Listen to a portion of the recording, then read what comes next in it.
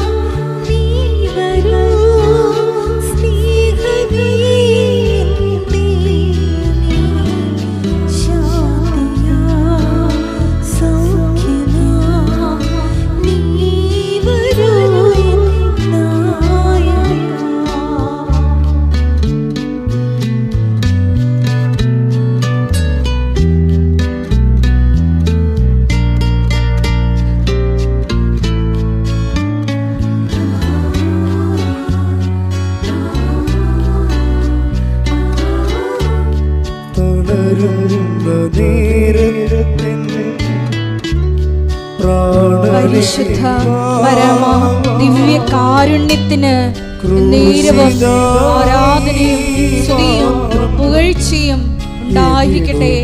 പരിശുദ്ധ പരമ ദിവ്യ കാരുണ്യത്തിന് നേരവും ആരാധനയും സ്തുതിയും പുകഴ്ചയും ഉണ്ടായിരിക്കട്ടെ.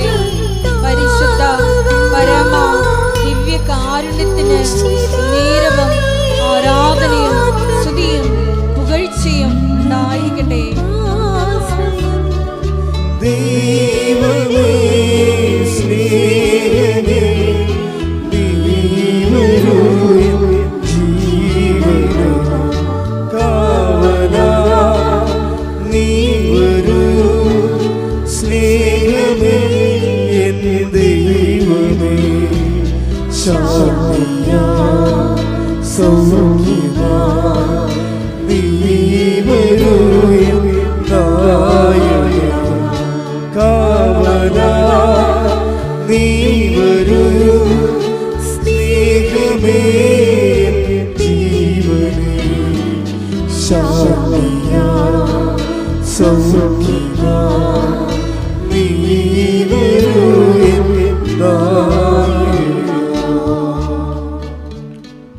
പരിശുദ്ധ പരമദിവ്യ കാരുണ്യത്തിന് ആരാധനയും സ്തുതിയും പുകഴ്ചയും ഉണ്ടായിരിക്കട്ടെ. പരിശുദ്ധ പരമദിവ്യ കാരുണ്യത്തിന് ആരാധനയും സ്തുതിയും പുകഴ്ചയും ഉണ്ടായിരിക്കട്ടെ. പരിശുദ്ധ പരമാദിവ്യകാരുണ്യത്തിന് എന്നേരവും ആരാധനയും സ്തുതിയും പുകഴ്ചയും ഉണ്ടായിരിക്കട്ടെ.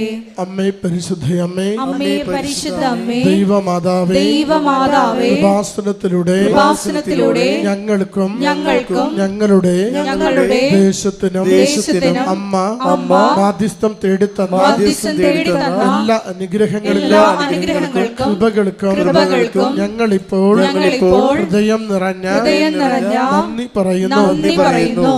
ഹല്ലേലൂയ. യേശുവേ ആരാധന. മഹത്വം കർത്താവേ, ഈ നാളുകളിൽ നൽകിയ എല്ലാ നന്മകൾക്കും നന്ദി കർത്താവേ, കൃപകൾക്ക് നന്ദി കർത്താവേ, സൗഖ്യത്തിന് നന്ദി കർത്താവേ, കുടുംബത്തിന് സമാധാനത്തിന് നന്ദി കർത്താവേ, ആരാധന മഹത്വം കർത്താവേ, സ്തുതി കർത്താവേ, ആരാധന മഹത്വം സ്തുതി ആരാധന.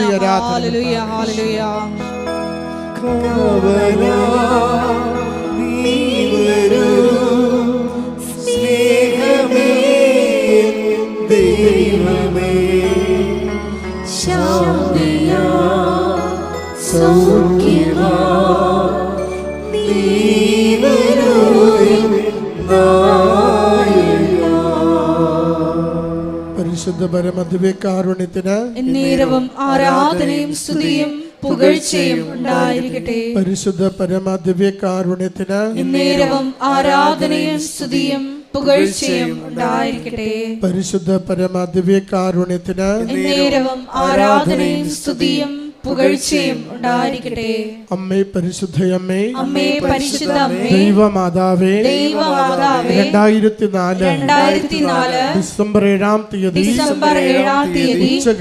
ഉച്ചകഴിഞ്ഞ് 2:30 കൃപാസനത്തിൽ സംഭവിച്ച അമ്മയുടെ പ്രത്യക്ഷപ്പെടലിനെ കുറിച്ച് തിരുസഭയ്ക്ക് സമർപ്പിച്ചിരിക്കുന്ന പഠനരേഖകളുടെ മേൽ വസ്തുനിഷ്ഠവും ദൈവശാസ്ത്ര വിധിപ്രകാരമുള്ളതുമായ അന്വേഷണ പഠനങ്ങൾ നടത്തി ആ പ്രത്യക്ഷപ്പെടലിലൂടെ പ്രകടമായ ദൈവമാതാവിന്റെ പ്രത്യേക കരുതലും സംരക്ഷണവും വെളിപ്പെടുത്തുന്ന പീഡിതരുടെ ആശ്വാസവും പ്രവാചകന്മാരുടെ രാജ്ഞിയും വാഗ്ദാനത്തിന്റെ പേടകവും പ്രപഞ്ച പ്രകൃതിയുടെ മാതാവുമായ പരിശുദ്ധ അമ്മയുടെ ഭക്തി തിരുസഭയിൽ കൂടുതൽ പ്രചരിച്ച് ജീവിതത്തിന്റെ ദുരിത ദുരന്ത അവസ്ഥകളിൽ അകപ്പെട്ട് കഴിയുന്ന അനേകായിരം മക്കൾക്ക് ദൈവത്തിന്റെ സാന്നിധ്യവും സന്ധിപ്പും കൂടുതൽ അനുഭവിക്കുക വഴി ആത്മീയ വിശുദ്ധിയും ദൈവശക്തിയും കൈവരിക്കുവാൻ ഞങ്ങളുടെ കുടുംബങ്ങളെ ഇടയാക്കണമേ. നമുക്ക് ഒരുമിച്ച് സ്തുതിക്കാം. ഹല്ലേലൂയ. യേശുവേ സ്തുതി, ആരാധന മഹത്വം കർത്താവേ, സ്തുതി കർത്താവേ, ആരാധന മഹത്വം കർത്താവേ, സ്തുതി കർത്താവേ, ആരാധന കർത്താവേ, മഹത്വം കർത്താവേ, സ്തുതി കർത്താവേ, ആരാധന നീ വരൂ സ്നേഹമേ ദൈവമേ ശാന്തിയാ സൗഖ്യമാ നീ വരൂ നായക. പരിശുദ്ധ പരമദിവ്യകാരുണ്യത്തിന് എന്നേരവും ആരാധനയും സ്തുതിയും പുകഴ്ചയും ഉണ്ടായിരിക്കട്ടെ. പരിശുദ്ധ പരമദിവ്യകാരുണ്യത്തിന് എന്നേരവും ആരാധനയും സ്തുതിയും പുകഴ്ചയും ഉണ്ടായിരിക്കട്ടെ. പരിശുദ്ധ പരമദിവ്യകാരുണ്യത്തിന് എന്നേരവും ആരാധനയും സ്തുതിയും പുകഴ്ചയും ഉണ്ടായിരിക്കട്ടെ.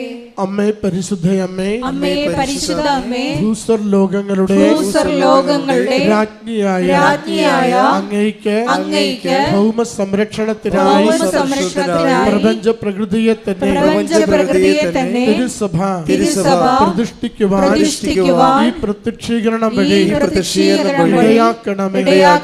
പരിശുദ്ധമ്മേ, ജപമാല മാതാവേ, സകല കൃപാസനം പ്രാർത്ഥനകളോട് പ്രാർത്ഥനകളോടും ചേർത്ത് ഞങ്ങളിപ്പോൾ പ്രാർത്ഥിക്കുന്ന ഈ സമൂഹത്തിന്റെ പ്രത്യേക നിയോഗവും നമ്മുടെ എല്ലാ അപേക്ഷകളും ആവശ്യങ്ങളും കൃപാസന മാതാവിന്റെ സംരക്ഷണയിൽ ദിവ്യകാരുണ്യനാഥന് സമർപ്പിക്കാം. VP ജോസഫ് അച്ഛൻ്റെ മിഷൻ നിയോഗങ്ങൾക്ക് വേണ്ടിയും നമുക്ക് പ്രാർത്ഥിക്കാം.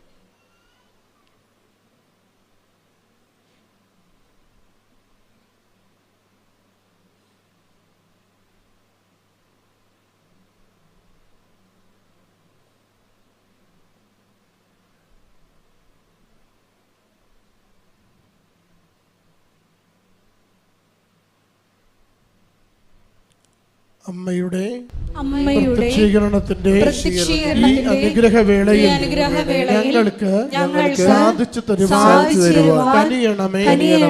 ആമേൻ. ഒരുമിച്ച് സ്തുതിക്കാം. ഹല്ലേലൂയ. യേശുവേ സ്തുതി, ആരാധന, മഹത്വം കർത്താവേ. സന്ദേശത്തിലൂടെ അവിടുത്തെ കൃപ ഞങ്ങൾക്ക് ചൊരിയണമേ. രോഗങ്ങൾക്ക് സൗഖ്യം നൽകണമേ. ജീവിത പ്രശ്നങ്ങൾക്ക് പരിഹാരം നൽകണമേ. ആഗ്രഹത്തോടെ ഈ ആലയത്തിലായിരിക്കുന്ന ഓരോ മക്കളുടെ മേലും കരുണയായിരിക്കണമേ. ഹൃദയത്തിന്റെ നൊമ്പരങ്ങളെയും ജീവിതത്തിന്റെ പ്രതിസന്ധികളെയും തരണം ചെയ്യുവാൻ അവിടുന്ന് സഹായിക്കണമേ. മക്കൾക്ക് തുടർ പഠനത്തിന്റെ വഴികൾ തുറന്നു കൊടുക്കണമേ. വിദേശത്തുള്ളവരെ അവിടുന്ന് നിരന്തരം സംരക്ഷിക്കണമേ. ഹല്ലേലൂയ. യേശുവേ സ്തുതി കർത്താവേ. ആരാധന ആരാധന ആരാധന കർത്താവേ. മഹത്വം സ്തുതി ആരാധന. ഗായക സംഘത്തോട് ചേർന്ന് കരങ്ങളടിച്ച് ദിവ്യകാരുണ്യനാഥനെ മഹത്വപ്പെടുത്തി പാടി പ്രാർത്ഥിക്കാം.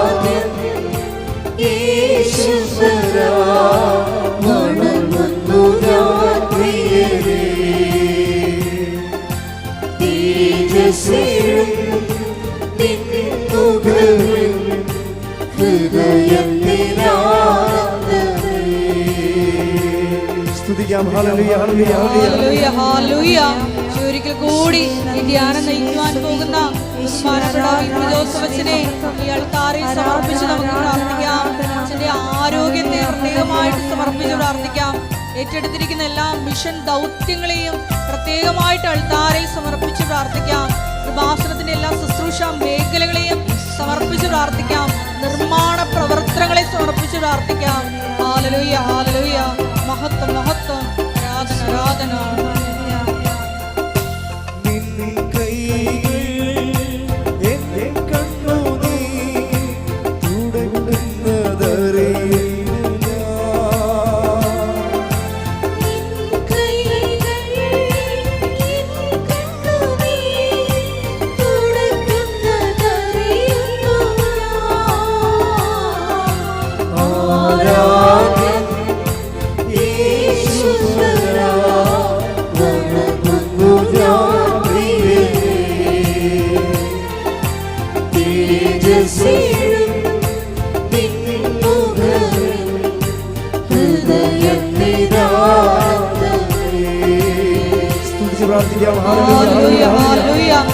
കൂടെ നാളിതുവരെ കൃപാസനത്തിൽ വന്ന് പരിയിൽ ഉടമ്പടിയെടുത്ത് പാർച്ചു പോയിട്ടുള്ള മക്കളുടെ നിയോഗങ്ങളെ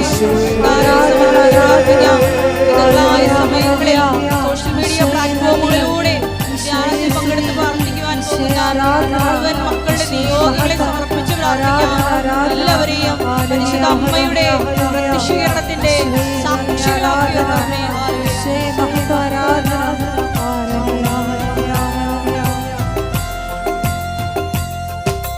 സന്നിധിയിൽ വസിച്ചോട്ടെ, പാദം ചുംബിച്ചോട്ടെ. സന്നിധിയിൽ വസിച്ചോട്ടെ പാദങ്ങൾ ചുംബിച്ചോട്ടെ. എല്ലാവരും സ്വരമേറ്റി പാടാം. സന്നിധിയിൽ വസിച്ചോട്ടെ പാദങ്ങൾ ചുംബിച്ചോട്ടെ. ആരാധ്യൻ യേശുവരാ വണങ്ങുന്നു ഞാൻ പ്രിയനേ. തേജസ്സേഴും നിൻ മുഖവും ഹൃദയത്തിനാനന്ദമേ. സ്തുതിക്കാം. ഹല്ലേലൂയ ഹല്ലേലൂയ ഹല്ലേലൂയ. മഹത്വം മഹത്വം. ആരാധന ദേവനാമേ സ്തുതി. പിതാവേ മഹത്വം. പിതാവേ ആരാധന. ഹല്ലേലൂയ ഹല്ലേലൂയ ഹല്ലേലൂയ ഹല്ലേലൂയ.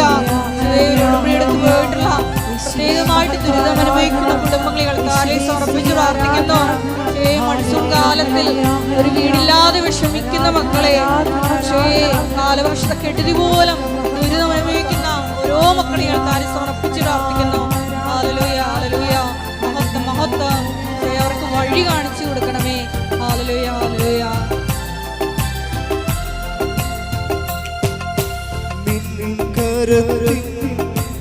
ആശ്ലേഷം പകരുന്നു ബലം എന്നിൽ. നിൻ കരത്തിൻ ആശ്ലേഷം പകരുന്നു ബലം എന്നിൽ. ആരാധ്യൻ യേശുവരാ വണങ്ങുന്നു ഞാൻ പ്രിയനേ. തേജസ്സേഴും നിൻ മുഖവും ഹൃദയത്തിനാനന്ദമേ. ശക്തിയോട് ചേർന്ന് പാടാം. ആരാധ്യൻ യേശുവരാ വണങ്ങുന്നു ഞാൻ പ്രിയനേ.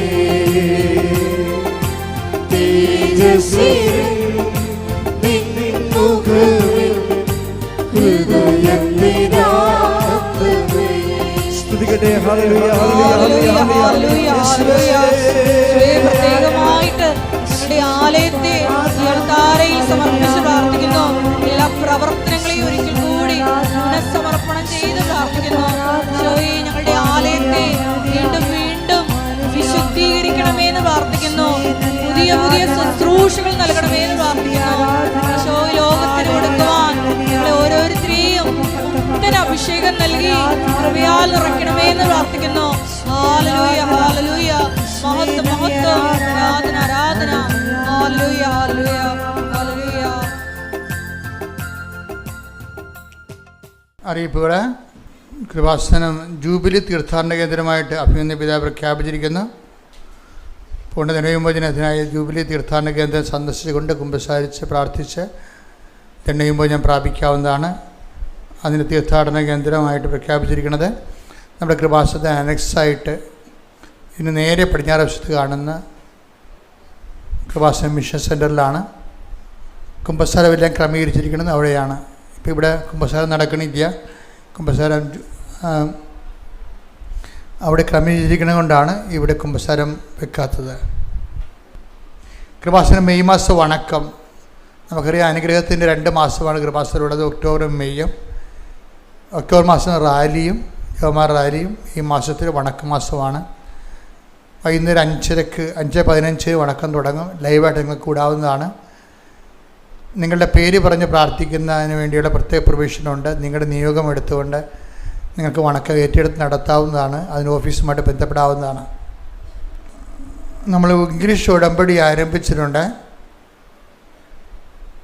മലയാള ഭാഷ അറിയാൻ പാടില്ലാത്തവർ, എന്നാൽ അവർക്ക് ഇംഗ്ലീഷ് അറിയാം.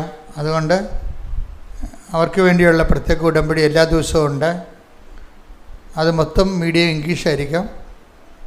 ക്ലാസ്സുകളും മറ്റെല്ലാ കാര്യങ്ങളും.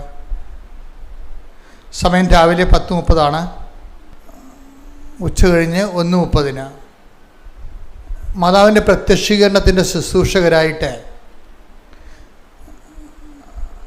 ഒരു ഉടമ്പടി ജീവിതം നയിക്കാൻ വേണ്ടി ആഗ്രഹിക്കുന്നവർ ദീർഘകാലം ഇങ്ങനെ ഉടമ്പടി ജീവിതം അതിനുവേണ്ടി ഉടമ്പടി ജീവിക്കുന്നവരെയും അവരെ പ്രോത്സാഹിപ്പിക്കുകയും അവരെ കൗൺസിൽ ചെയ്ത് അവരെ നിലനിർത്തുകയും ഇങ്ങനെ ദൈവമായിട്ട് പരിശുദ്ധ അമ്മയുടെ മാധ്യസ്ഥയിൽ ഒരു ഉടമ്പടി സമർപ്പണ ജീവിതം ആണ് കൃപാസനം സമർപ്പണ ജീവിതം കൊണ്ട് ഉദ്ദേശിക്കുന്നത്. അതാണ് എൻ്റെ സ്പിരിച്വാലിറ്റി. അതാണ് അവൻ പറയണ പോലെ ചെയ്ത് അവൻ്റെ വചനങ്ങൾ കൈമാറി അവൻ്റെ വചനങ്ങൾ ജീവിപ്പിച്ചും മുന്നോട്ട് പോകുന്ന വേണ്ടിയുള്ള ഒരു മോണിറ്ററിങ് സമൂഹമാണ് കൃപാസനം സന്യസ്തരെ. അതിൽ ചേരാൻ ആഗ്രഹിക്കുന്നവരെ അത് 3-4 ഒരു കമ്മ്യൂണിറ്റിയാണ്. പക്ഷേ പല ജീവിത നിലവാരത്തിലുള്ളവരെടുക്കും. സമർപ്പണ കംപ്ലീറ്റ് ബഹുമാന സിസ്റ്റേഴ്സിനെ പോലെ കംപ്ലീറ്റ് സറണ്ടർ ചെയ്ത് കംപ്ലീറ്റായിട്ട് കോൺസെൻട്രേറ്റ് ചെയ്ത ലൈഫുണ്ട്. അതേ തന്നെ സർവീസിൽ കമ്മിറ്റഡ് ആയിട്ടുള്ളവരുണ്ട്. അപ്പോൾ അവർക്ക് ഡ്രസ്സിന് അല്പം വ്യത്യാസം ഉണ്ടാകും. ഇപ്പോൾ വിധവകളുണ്ടാകും. ഇപ്പോൾ ചിലർ അച്ഛനോട് വന്ന് ചോദിച്ചതിൻ്റെ വെളിച്ചത്തിലാണ് ഇങ്ങനെ ചെയ്യണത്. അതായത് എൻ്റെ മനസ്സിൽ പണ്ട് മുതലേ ഉള്ളതാണ്. അതായത് വിധവകളുണ്ട്, പുനർവിവാഹം അവർ ആഗ്രഹിക്കുന്നില്ല, അവർക്ക് മക്കളുമില്ല, 50 വയസ്സിന് താഴെയാണ്. അവർക്ക് ദൈവശുശ്രൂഷ ചെയ്യണമെന്നുണ്ടെങ്കിൽ ജീവിതകാലം മുഴുവൻ ചെയ്യണമെന്നുണ്ടെങ്കിൽ അവർക്ക് ഓഫീസുമായിട്ട് കോൺടാക്ട് ചെയ്യാവുന്നതാണ്. ഇതുപോലെ തന്നെ ഏകസ്ഥരായിട്ട് ജീവിക്കാൻ ആഗ്രഹിക്കുന്നവർ അവരിപ്പോൾ ഏകസ്ഥരാണ്. അതിങ്ങനെ പ്രത്യേകമായ ജീവിത ലക്ഷ്യത്തിന് വേണ്ടി ദൈവത്തിന് വേണ്ടി തുറന്നുകൊണ്ട് പോകണം. പ്രത്യേകിച്ച് മാതാവിൻ്റെ ശുശ്രൂഷ ചെയ്യാനാണ് വിളിയെങ്കിൽ ആ വിളിക്ക് നമ്മൾ പ്രത്യുത്തരം നൽകാൻ പറ്റുന്നൊരു കോമൺ പ്ലാറ്റ്ഫോമായിട്ട് കൃപാസനത്തിനെ ഒരു പുതിയ ശുശ്രൂഷ കേന്ദ്രം നമ്മൾ തുറക്കുകയാണ്. അപ്പം അങ്ങനെയുള്ളവർക്കും, അതായത് ഏകസ്ഥരായി ജീവിക്കാൻ ആഗ്രഹിക്കുന്നവർക്കും അത് വിധവകളായിട്ടുള്ളവർക്കും ചേരാവുന്ന ഒരു സന്യസ്ത സമൂഹമാണിത്. അതുപോലെ തന്നെ ഫുള്ളായിട്ട് കോൺസെൻട്രേറ്റ് ചെയ്ത് ലൈഫിക്കുന്നവർക്ക് അവർക്ക് വേറെ ക്ലാസിക്കലായിട്ടുള്ള ഡ്രസ്സോടുകൂടി അവർക്ക് വേറെ സംവിധാനങ്ങൾ. പക്ഷേ കമ്മ്യൂണിറ്റി ഒന്നാണ്. കൃപാസന സിസ്റ്റേഴ്സ് എന്നുള്ള രീതിയിലുള്ള കമ്മ്യൂണിറ്റി ഒന്നായിരിക്കും. അപ്പം അങ്ങനെ ആഗ്രഹമുള്ളവരെ ഈ നമ്പറിൽ ബന്ധപ്പെടേണ്ടതാണ്. 82 81 29 75 11. ഇത് വാട്സപ്പ് നമ്പറാണ്. വാട്സപ്പ് നമ്പറിലാണ് ബന്ധപ്പെടേണ്ടത്. അതിൻ്റെ ഇമെയിൽ apparitionmissionaries@gmail.com. ഇനി നമ്മളിപ്പോൾ കുറച്ച് സിസ്റ്റേഴ്സ് ഇവിടെ സ്ഥിരമായിട്ട് വർക്ക് ചെയ്യുന്നവരുണ്ട്. അവരെ പോലെ 1 കൊല്ലമോ 2 കൊല്ലമോ ഒക്കെ അല്ലെങ്കിൽ 6 മാസമൊക്കെ ഇവിടെ ശുശ്രൂഷയിൽ സഹായിക്കാൻ വേണ്ടി വരുന്ന സിസ്റ്റേഴ്സുണ്ട്. അവർ പ്രാർത്ഥനാ ജീവിതത്തിന് വേണ്ടി അവർ വരണതാണ്. അവരുടെ പ്രാർത്ഥനയും നടക്കും, മാതാവിനെ സഹായിക്കുകയും ചെയ്യാൻ പറ്റും. അപ്പം അങ്ങനെ ലോകം മുഴുവനുള്ള കോൺവെൻറ്റിൽ നിന്ന് സിസ്റ്റേഴ്സിനെ ക്ഷണിക്കുന്നുണ്ട്. അവർക്കിവിടെ താമസത്തിനും ഭക്ഷണത്തിനും പ്രാർത്ഥനയ്ക്കുമുള്ള പ്രത്യേക സജ്ജീകരണങ്ങളുണ്ട്. അങ്ങനെ ആരെങ്കിലും സിസ്റ്റേഴ്സ് വരാൻ ഉദ്ദേശിക്കുന്നുണ്ടെങ്കിൽ അവരും ഓഫീസുമായിട്ട് ബന്ധപ്പെടേണ്ടതാണ്. അങ്ങനെയുള്ള സിസ്റ്റേഴ്സ് 9447285400 വിളിക്കേണ്ടതാണ്. വേറെ ഒരു നമ്പർ തരാം, മാനേജറിൻ്റെ സ്വന്തം നമ്പർ തരാം. ഇത് എമർജൻസി ആയിട്ട് അത്യാവശ്യമുള്ള കേസാണ്. അതുകൊണ്ട് ഡയറക്റ്റ് മാനേജറുമായിട്ട് ബന്ധപ്പെടേണ്ടതാണ് സിസ്റ്റേഴ്സ്. കൃപാസനത്തിലെ നേർച്ച വസ്തുക്കളെക്കുറിച്ചാണ് ഇനി പറയുന്നത്. അത് കൃപാസനത്തിലെ നേർച്ച വസ്തുക്കൾ ഉടമ്പടി നിയോഗങ്ങൾക്ക് വേണ്ടി പ്രത്യേകം വെഞ്ചരിച്ചിട്ടുള്ളതാണ്. അത് ഈ ഓഫീസിൻ്റെ അകത്ത് മാത്രമേ കിട്ടത്തുള്ളൂ. നമ്മുടെ കൃപാസനം ശുശ്രൂഷ കേന്ദ്രത്തിനകത്ത് മാത്രമേ ലഭിക്കത്തുള്ളൂ. ഇത് വെഞ്ചരിച്ചാണെന്ന് പറഞ്ഞാൽ ചില ആൾക്കാർ ഓഴക്കൊണ്ട് നടന്ന് എന്തെങ്കിലുമൊക്കെ വിൽക്കുന്നുണ്ട്. അത് ശ്രദ്ധിക്കണമെന്നാണ് പറഞ്ഞതിൻ്റെ കാര്യം. വെഞ്ചരിച്ചാണെന്ന് പറഞ്ഞ ആൾക്കാരെ പറ്റിച്ച് റോഡിൽ കൂടി ആൾക്കാർ കൊണ്ടുനടന്ന് വിൽക്കുന്നുണ്ട്. അതൊന്നും ഇതുമായിട്ട് കൃപാസനമായിട്ട് യാതൊരു ബന്ധമില്ല.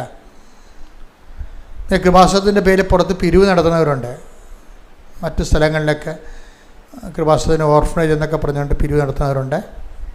അതെല്ലാം കള്ളത്തരങ്ങളാണ്. നമുക്കങ്ങനെ പ്രത്യേകിച്ച് പദ്ധതികളൊന്നുമില്ല. ഉണ്ടെങ്കിൽ അച്ഛൻ ഇവിടെ വെച്ച് ഇതിലൂടെ അറിയിക്കുന്നതായിരിക്കും. അച്ഛൻ നേരിട്ട് ഈ മേക്ക് ഉപയോഗിച്ച് പറയാത്ത ഒരു സംഭവത്തിൽ നിങ്ങൾ പോയി തലവെക്കരുത്. എല്ലാ ദിവസവും ഡെയിലി ബ്രെഡ് ഉണ്ട്. നിങ്ങൾക്കറിയാം, ഉടമ്പടി ജീവിക്കുന്നവർക്ക് ബൂസ്റ്റ് ചെയ്ത് ജീവിക്കാൻ വേണ്ടിയും അന്നന്ന് വേണ്ട ആഹാരത്തിന് പോലെ തന്നെ അവർക്ക് അന്നുള്ള കാര്യങ്ങൾ അവിടെ കൂടെ ഉള്ള അച്ഛൻ്റെ പ്രാർത്ഥനയാണ് ഡെയിലി ബ്രെഡിലുള്ളത്. അതുപോലെ ജീവവചസ്സുകൾ നമ്മൾ ഞായറാഴ്ച മാത്രം 8 മണിക്കുള്ള ശുശ്രൂഷയുണ്ട്. ഈ 2 ശുശ്രൂഷകളും പങ്കെടുത്ത് ഷെയർ ചെയ്യേണ്ടതാണ്. ബഹുമാനപ്പെട്ട സിസ്റ്റേഴ്സ്, ശുശ്രൂഷ ചെയ്യാൻ ആഗ്രഹിക്കുന്നവർ, ലീവിന് നാട്ടിലൊക്കെ വരുന്നവർ, ഒരു കൊല്ലം ലീവൊക്കെ എടുത്ത് ശുശ്രൂഷ ചെയ്ത് സമാധാനത്തെ ഇവിടെ ശുശ്രൂഷ ചെയ്യാൻ ആഗ്രഹിക്കുന്ന സിസ്റ്റേഴ്സ്, കന്യാസ്ത്രീകൾ ഈ നമ്പറിലാണ് വിളിക്കേണ്ടത് അവസരത്തിന് വേണ്ടി. 7907 62 24 97. കൃപാസനം പത്രം 23 ഭാഷകളിലുണ്ട്, ഇൻക്ലൂഡിങ് അറബിയിലും ചൈനീസ് ഭാഷയിലുമുണ്ട്.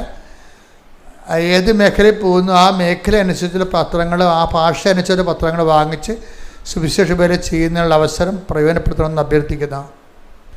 അഖണ്ഡ ജപമാല ഗ്രൂപ്പുകളാണ് നമ്മുടെ മധ്യസ്ഥ പ്രാർത്ഥനാ സോഴ്സുകളെന്ന് പറയണത്. അത് പല രാജ്യങ്ങളിലും ഉണ്ട്, നമ്മുടെ പല ജില്ലകളിലും ഉണ്ട്.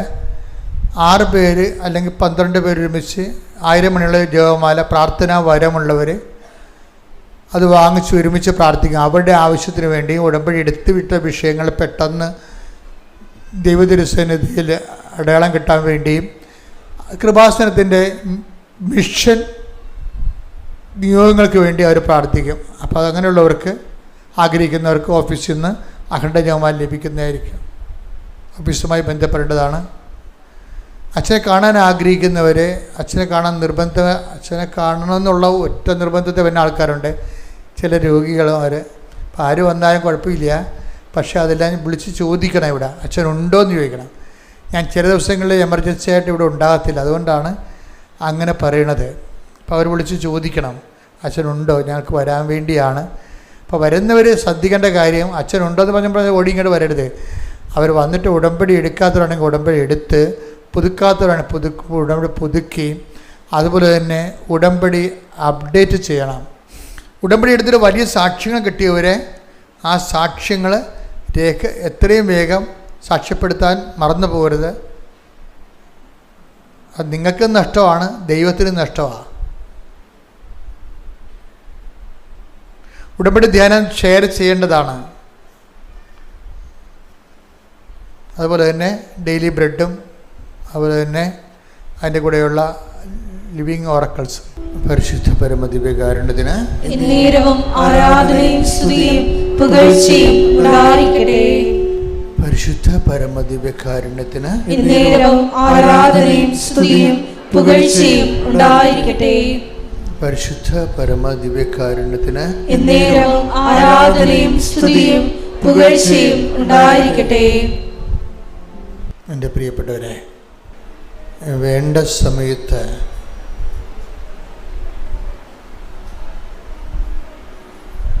കരുണയും കൃപാവരവും ലഭിക്കുന്നതിനായി നമുക്ക് കൃപയുടെ സിംഹാസനത്തെ സമീപിക്കാം. ഉടമ്പടി ജീവിതവുമായി ബന്ധപ്പെട്ട പ്രധാനപ്പെട്ട ഒരു വെളിപാട് വചനമാണിത്.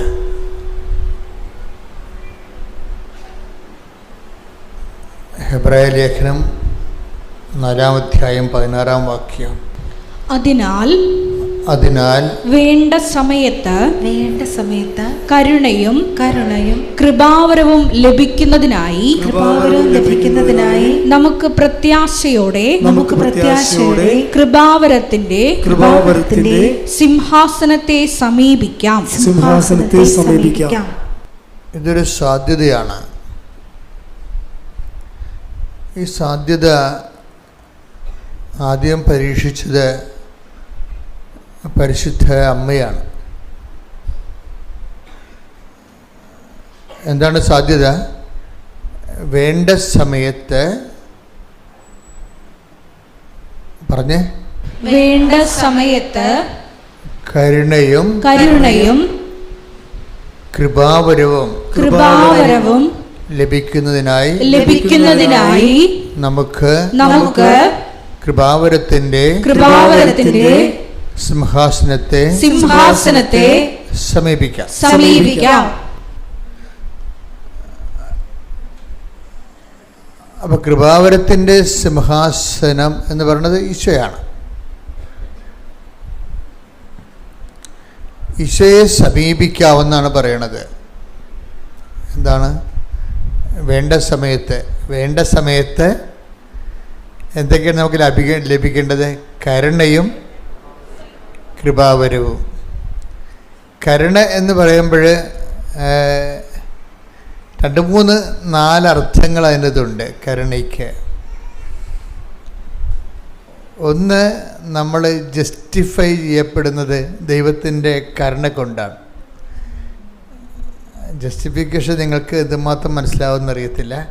അതായത് കംപ്ലീറ്റ് റൈറ്റ് ഓഫ് ചെയ്യുന്നതിനാണ് ജസ്റ്റിഫിക്കേഷൻ എന്ന് പറയുന്നത്. നമ്മുടെ പാപങ്ങളും നമ്മളെ യോഗ്യമാക്കി ദൈവം അങ്ങ് ഏകപക്ഷികമായിട്ട് ദൈവം നമ്മളെ റൈറ്റ് ഓഫ് ചെയ്യും. ഇപ്പോൾ കോടിക്കണക്കിന് രൂപയുടെ കടം യാതൊരുവിധ റെമിറ്റൻസും ഇല്ലാതെ അങ്ങ് ഫ്ലാറ്റായിട്ട് റൈറ്റ് ഓഫ് ചെയ്യുന്നതിനാണ് ഒരു വ്യക്തിയെ ജസ്റ്റിഫൈ ചെയ്തെടുക്കുക.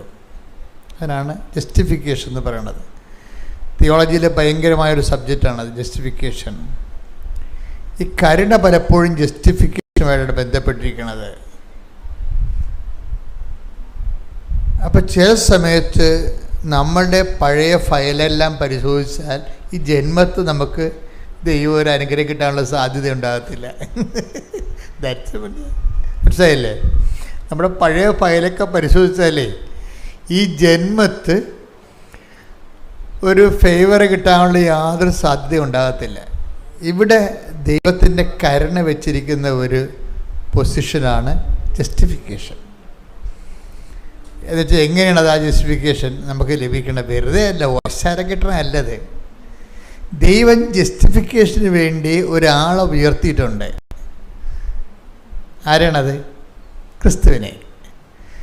എന്നിട്ട് ക്രിസ്തുവിൻ്റെ കുരിശുരൂപം കണ്ടിട്ട് എൻ്റെ പാപങ്ങൾക്ക് പരിഹാരം അവൻ ഏറ്റെടുത്തു എന്ന് ഞാൻ വിശ്വസിക്കുമ്പോഴാണ് ജസ്റ്റിഫിക്കേഷൻ വരണത്. അത് വെറുതെ അവനല്ല, ക്രിസ്തുവിൻ്റെ പാപങ്ങൾക്ക് പരിഹാരമാണെന്ന്.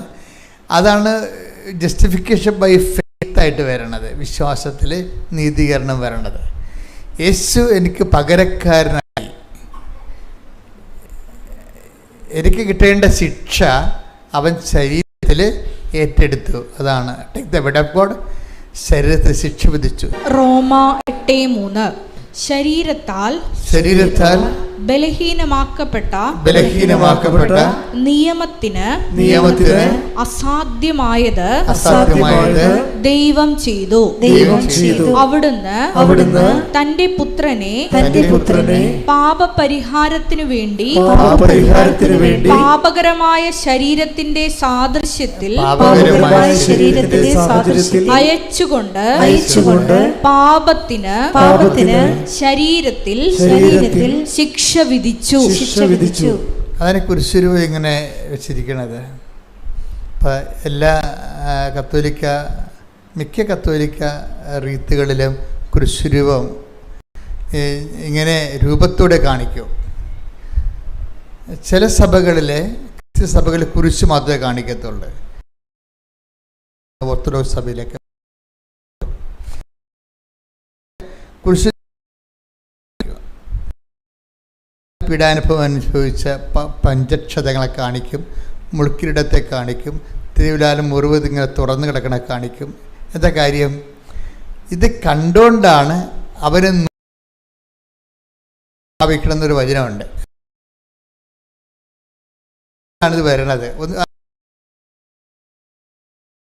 അവിടുന്ന് അവൻ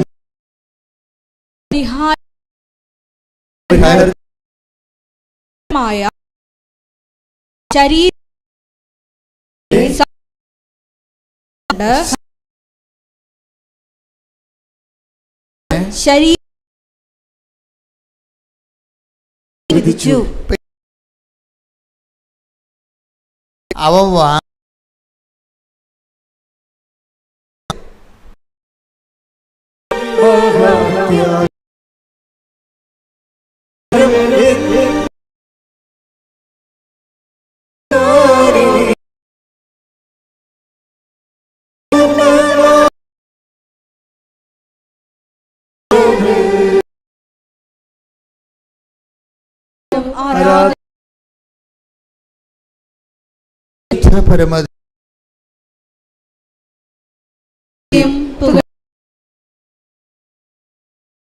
അവര് നമ്മളൊരിങ്ങനെ നോക്കിയ പോലല്ല, വിശ്വസിച്ചു എന്നാണ് എൻ്റെ അർത്ഥം. പറഞ്ഞ മനസ്സിലായില്ലേ? അവൻ എനിക്ക് ഞാൻ വാങ്ങിക്കാനുള്ള ശിക്ഷ അവൻ അവൻ്റെ ശരീരത്തിൽ ഏറ്റെടുത്തു. എനിക്ക് വേണ്ടി അവൻ പേയ്മെൻറ്റ് നടത്തിയെന്ന് ഞാൻ പേയ്മെൻറ്റ് നടത്തുന്നതിന് പകരം എനിക്ക് വേണ്ടി അവൻ പേയ്മെൻറ്റ് നടത്തി. ദൈവപിതാവിൻ്റെ തിരുസന്നിധിയിൽ പരിഹാരം ചെയ്തു. അപ്പോൾ പാപത്തിൻ്റെ ഇരുട്ടിൽ നിന്നാണ് ഞാൻ പ്രകാശത്തിലേക്ക് വരണത്. പണ്ട് മുതലേ മനുഷ്യൻ്റെ ഏറ്റവും വലിയ പ്രശ്നമാണ് ഇരുട്ട്. 5000 കൊല്ലം മുമ്പാണ് ഇന്ത്യയിൽ ഇരുട്ടിനെ മാറ്റാൻ വേണ്ടി പ്രാർത്ഥിച്ചത്. ഋഷിമാരൊക്കെ പ്രാർത്ഥിച്ചില്ലേ? തമസോമ ജ്യോതിർഗമയ, ഇരുട്ടിൽ നിന്ന് ഞങ്ങളെ പ്രകാശത്തിലേക്ക് നയിക്കണമേ. കാര്യം മനുഷ്യന്മാരിവിടെ വന്ന കാലം മുതൽ ഇപ്പോൾ കുറേ ആൾക്കാർ ഈ കാബ സ്റ്റോണിനൊക്കെ കല്ലെറിയത്തില്ലേ അല്ലേ? മുസ്ലിം സഹോദരങ്ങൾ കാബ സ്റ്റോണിൽ പോയി കല്ലെറിയും, പിശാചിനെ കല്ലെറിയും. അവരതിന് ഹജ്ജിന് പോയാണ് ചെയ്യണത്. എന്തിനാണ്? അവരുടെ പാപത്തിൻ്റെ പരിഹാരമാണ്. പോകുന്നവരും ഇരുമുടി കെട്ടിമുട്ടി പോകുന്നവരും പാപത്തിൻ്റെ പരിഹാരത്തിന് വേണ്ടിയാണ് പോണത്. ഇപ്പോൾ ഈ മനുഷ്യന്മാർ ഏത് മതത്തിൽപ്പെട്ടായാലും പാപം തന്നെയാണ്, അതിന് മാറ്റമൊന്നുമില്ല. ഏത് മതത്തിൽപ്പെട്ടതായാലും ഈ നൂറ്റാണ്ടുകളിലൂടെ സഹസ്രാബ്ദങ്ങളിലൂടെ എല്ലാം വരുമ്പോഴും ഇതൊരു ഇരുട്ടാണ്. ഇതിനെ ആര് എനിക്ക് മോചനം നൽകും, ആരെനിക്ക് മോചനം നൽകുമെന്നും മനുഷ്യൻ്റെ അന്വേഷണമാണ് മതങ്ങളുടെ ആവിർഭാവത്തിന് കാരണം.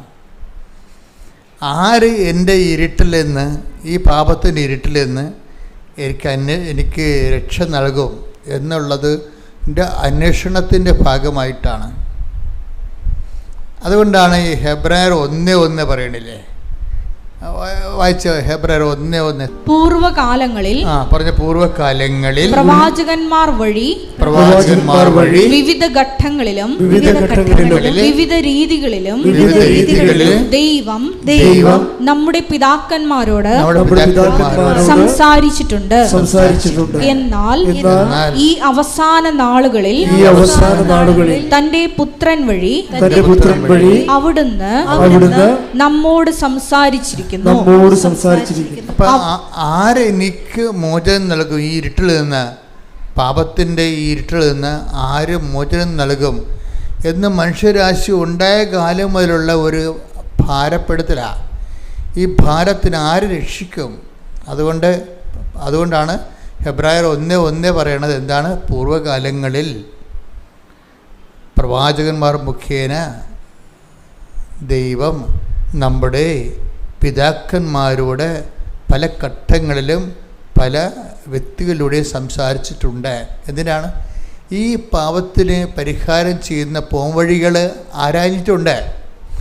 എന്നാൽ പിന്നെന്താ പറഞ്ഞ വായിച്ച്? എന്നാൽ ഈ അവസാന നാളുകളിൽ തന്റെ പുത്രൻ വഴി അവിടുന്ന് നമ്മോട് സംസാരിച്ചിരിക്കുന്നു. എപ്പോഴും നമ്മൾ ക്രിസ്തുവിലേക്ക് വരുമ്പോൾ ഈ ഫുള്ളായിട്ടുള്ള റിസൾട്ട് കിട്ടണമെങ്കിലേ, ഇപ്പം ചില ബാറ്ററി ഇല്ലേ, അത് ചില ടോർച്ചൊക്കെ പണ്ടുണ്ടായിരുന്നു, ഇപ്പം ഒന്നുമില്ല. എവറഡിയുടെ ഒരു ടോർച്ചൊക്കെ ഇല്ലായിരുന്നു പണ്ട്.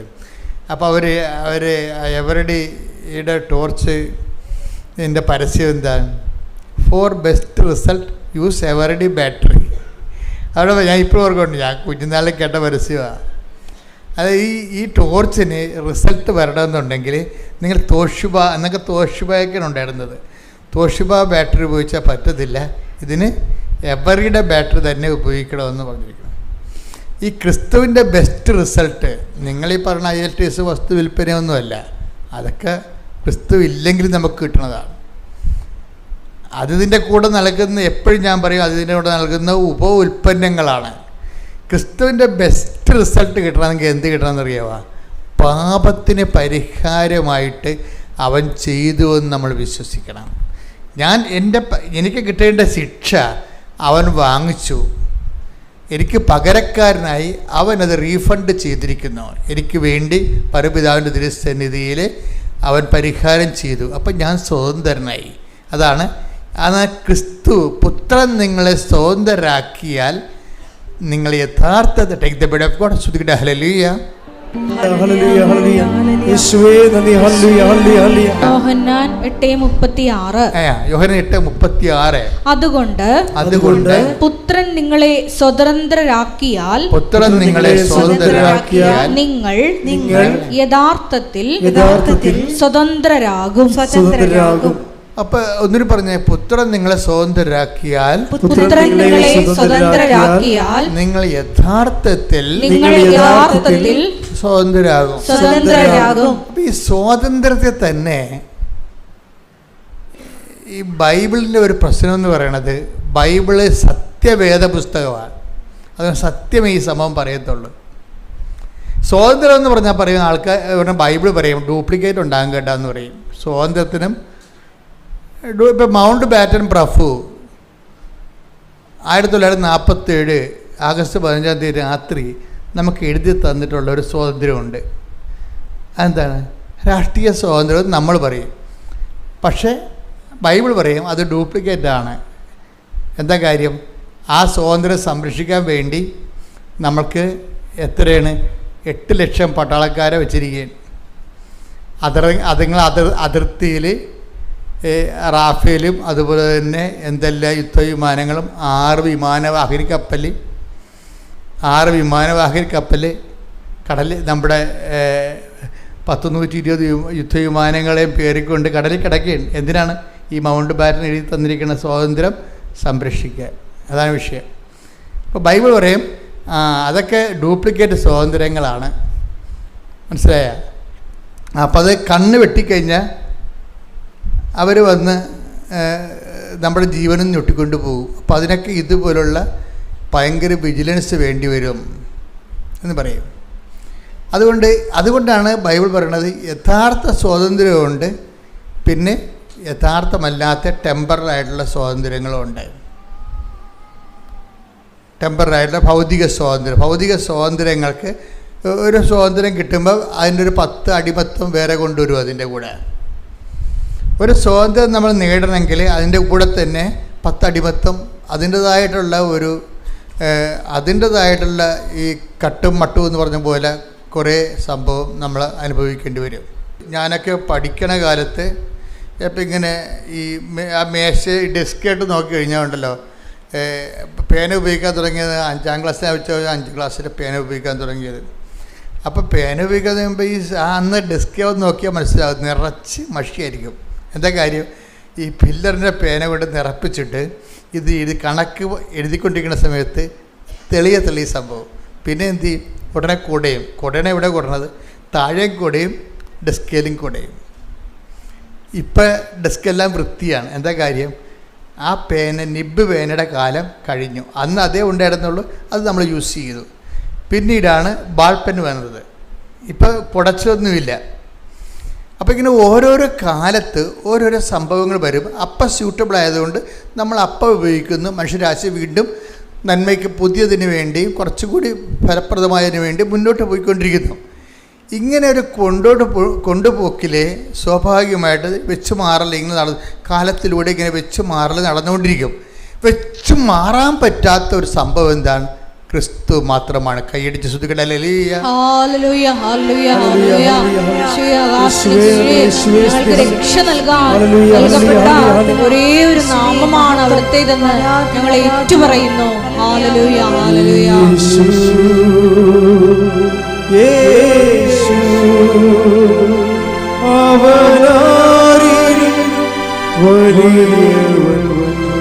ഒരുമിച്ച് പാടുക. യേശു യേശു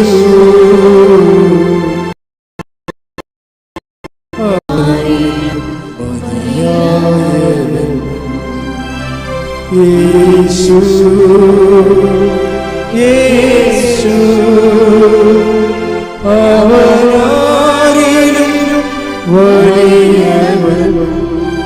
പരിശുദ്ധ പരമ ദിവ്യകാരുണ്യത്തിന് ആരാധനയും സ്തുതിയും പുകഴ്ചയും ഉണ്ടായിരിക്കട്ടെ. ഞാൻ മനസ്സിലാക്കിയിരിക്കുന്നത് ഒരു മനുഷ്യൻ്റെ ഏറ്റവും വലിയ ദുരന്തം ഈ ഭൂമിയിലെന്ന് പറയണത്, ഏറ്റവും വലിയ ദുരന്തങ്ങളുടെ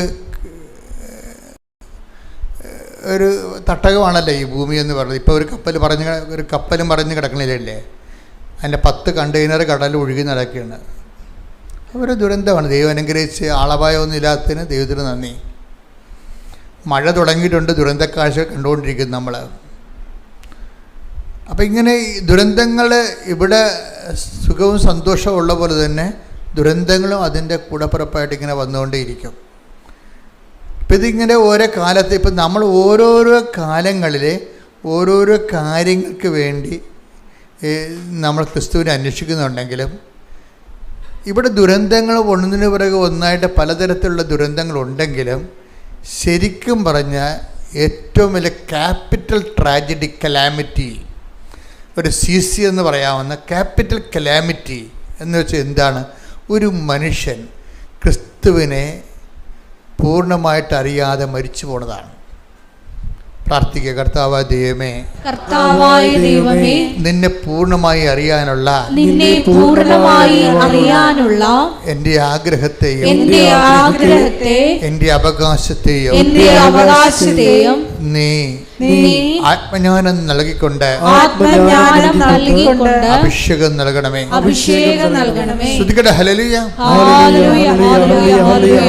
മഹത്വം മഹത്വം, ആരാധന ആരാധന. ദൈവപിതാവേ നന്ദി, ദൈവപിതാവേ മഹത്വം, ദൈവപിതാവേ ആരാധന. ഹല്ലേലൂയ ഹല്ലേലൂയ ഹല്ലേലൂയ. ദൈവശികൊണ്ട് യേശുവേ ആരാധന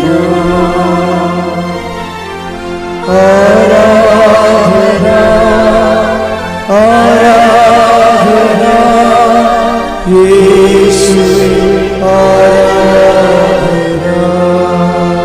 പരിശുദ്ധ പരമദിവ്യകാരുണ്യത്തിന് ആരാധനയും സ്തുതിയും പുകഴ്ചയും ഉണ്ടായിരിക്കട്ടെ.